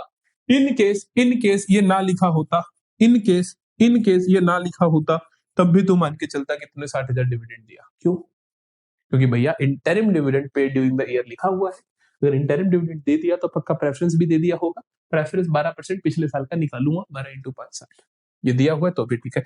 ये डिविडेंड देगा, ये इंटरिम डिविडेंड देगा 1.5 लाख का, 1,60,000 35,000, 1.5 लाख ठीक, 60,000 ठीक, 35,000 ठीक। ये क्या है? Interim dividend. ये क्या है? Dividend on preference share. ये क्या है? Interest on debentures. Minus minus minus minus minus minus minus minus minus. Comment section में बच्चे इनका आप आंसर करोगे, ठीक? कमेंट सेक्शन में बच्चे आप इसका आंसर कर दोगे। पहले तो ये बताओ समझ आया कि नहीं आया? समझ आया कि नहीं? अब आया या नहीं आया भैया? तुम एंड पे तो आ ही गए हो, एंड पे तो आ ही गए हो। सो एंड पे आ गए हो तो भैया इसका मतलब समझ तो आ ही गया, है ना? तो ये है बड़ा ही नाइस क्वेश्चन। और अंतिम चीज बेटा, एमसीक्यूज में आज की क्लास में नहीं करवा रहा हूं, इसलिए नहीं करवा रहा हूं क्योंकि एमसीक्यूज के लिए स्पेसिफिकली मैं लेक्चर्स डालने वाला हूं, जिसके अंदर पूरी पार्टनरशिप, पूरी कंपनी और पूरी एनालिसिस के एमसीक्यूज करवा दूंगा, तो वो जरूर सुन लेना। और क्योंकि एनालिसिस वाली बुक में तो मेजरली सारे एमसीक्यूज होंगे कैश फ्लो के, तो चिंता की बात ही नहीं है, सारे के सारे एमसीक्यूज कवर करवाना मेरी जिम्मेदारी है, ठीक है? तो वहां पर सारे कवर होंगे, आज हम नहीं करेंगे। आज का वन शॉट यहीं पे हमारा समाप्त होता है। एमसीक्यूज में जो टॉपिक्स आते हैं सीएफएस में से, वो सुनना चाहो तो एक तो ये कि कौन सी एक्टिविटी है, कि ये ऑपरेटिंग है, फाइनेंसिंग है, इन्वेस्टिंग है। आपकी जो भी किताब है उसके अंदर पहले 10 इलस्ट्रेशन इसी से रिलेटेड है, ठीक? फिर आता है मशीन से रिलेटेड क्वेश्चन, फिर आता है कोई भी एक आधी ट्रांजेक्शन दे देगा, बस और कुछ नहीं आता। करेंगे हम, डोंट वरी, ठीक है? तो यहां पर होता है, यहां पर आते हैं हम end of the cash flow statement के वन शॉट पर। यहां पर हम एंड पे आते हैं, सभी के सभी वन शॉट हमारे यहाँ पर खत्म होते हैं पूरी क्लास 12th के। अब आपको इस चैनल पे 3 चीजें पूरी मिलेंगी। क्या? फुल कोर्स पूरी 12th अकाउंटेंसी का, मोस्ट इंपोर्टेंट क्वेश्चंस पूरी 12th अकाउंटेंसी के, वन शॉट सी सीरीज पूरी 12th अकाउंट्स की इस चैनल पे। So everything is there for you, just subscribe our channel. अपने जूनियर्स को जरूर रिकमेंड करना, अपने जूनियर्स को जरूर बताना कि जो अगले साल 12th में आ रहे हैं उनके लिए बेस्ट प्लेलिस्ट अगर अवेलेबल है पूरे यूट्यूब पे तो वो विद्यम के चैनल पे है। हर सब्जेक्ट की 3 शानदार प्लेलिस्ट आपको साफ सुथरे तरीके से दिख जाएगी। Thank you so much for watching. Thank you so much for holding my hand till the end of this journey. And thank you so much for believing in me कि मैं तुम्हारे अच्छे नंबर ला सकता हूँ। मिलेंगे आगे अगले लेक्चर्स में, तब तक के लिए बाय बाय। बहुत अच्छे से पढ़ाई करते रहो।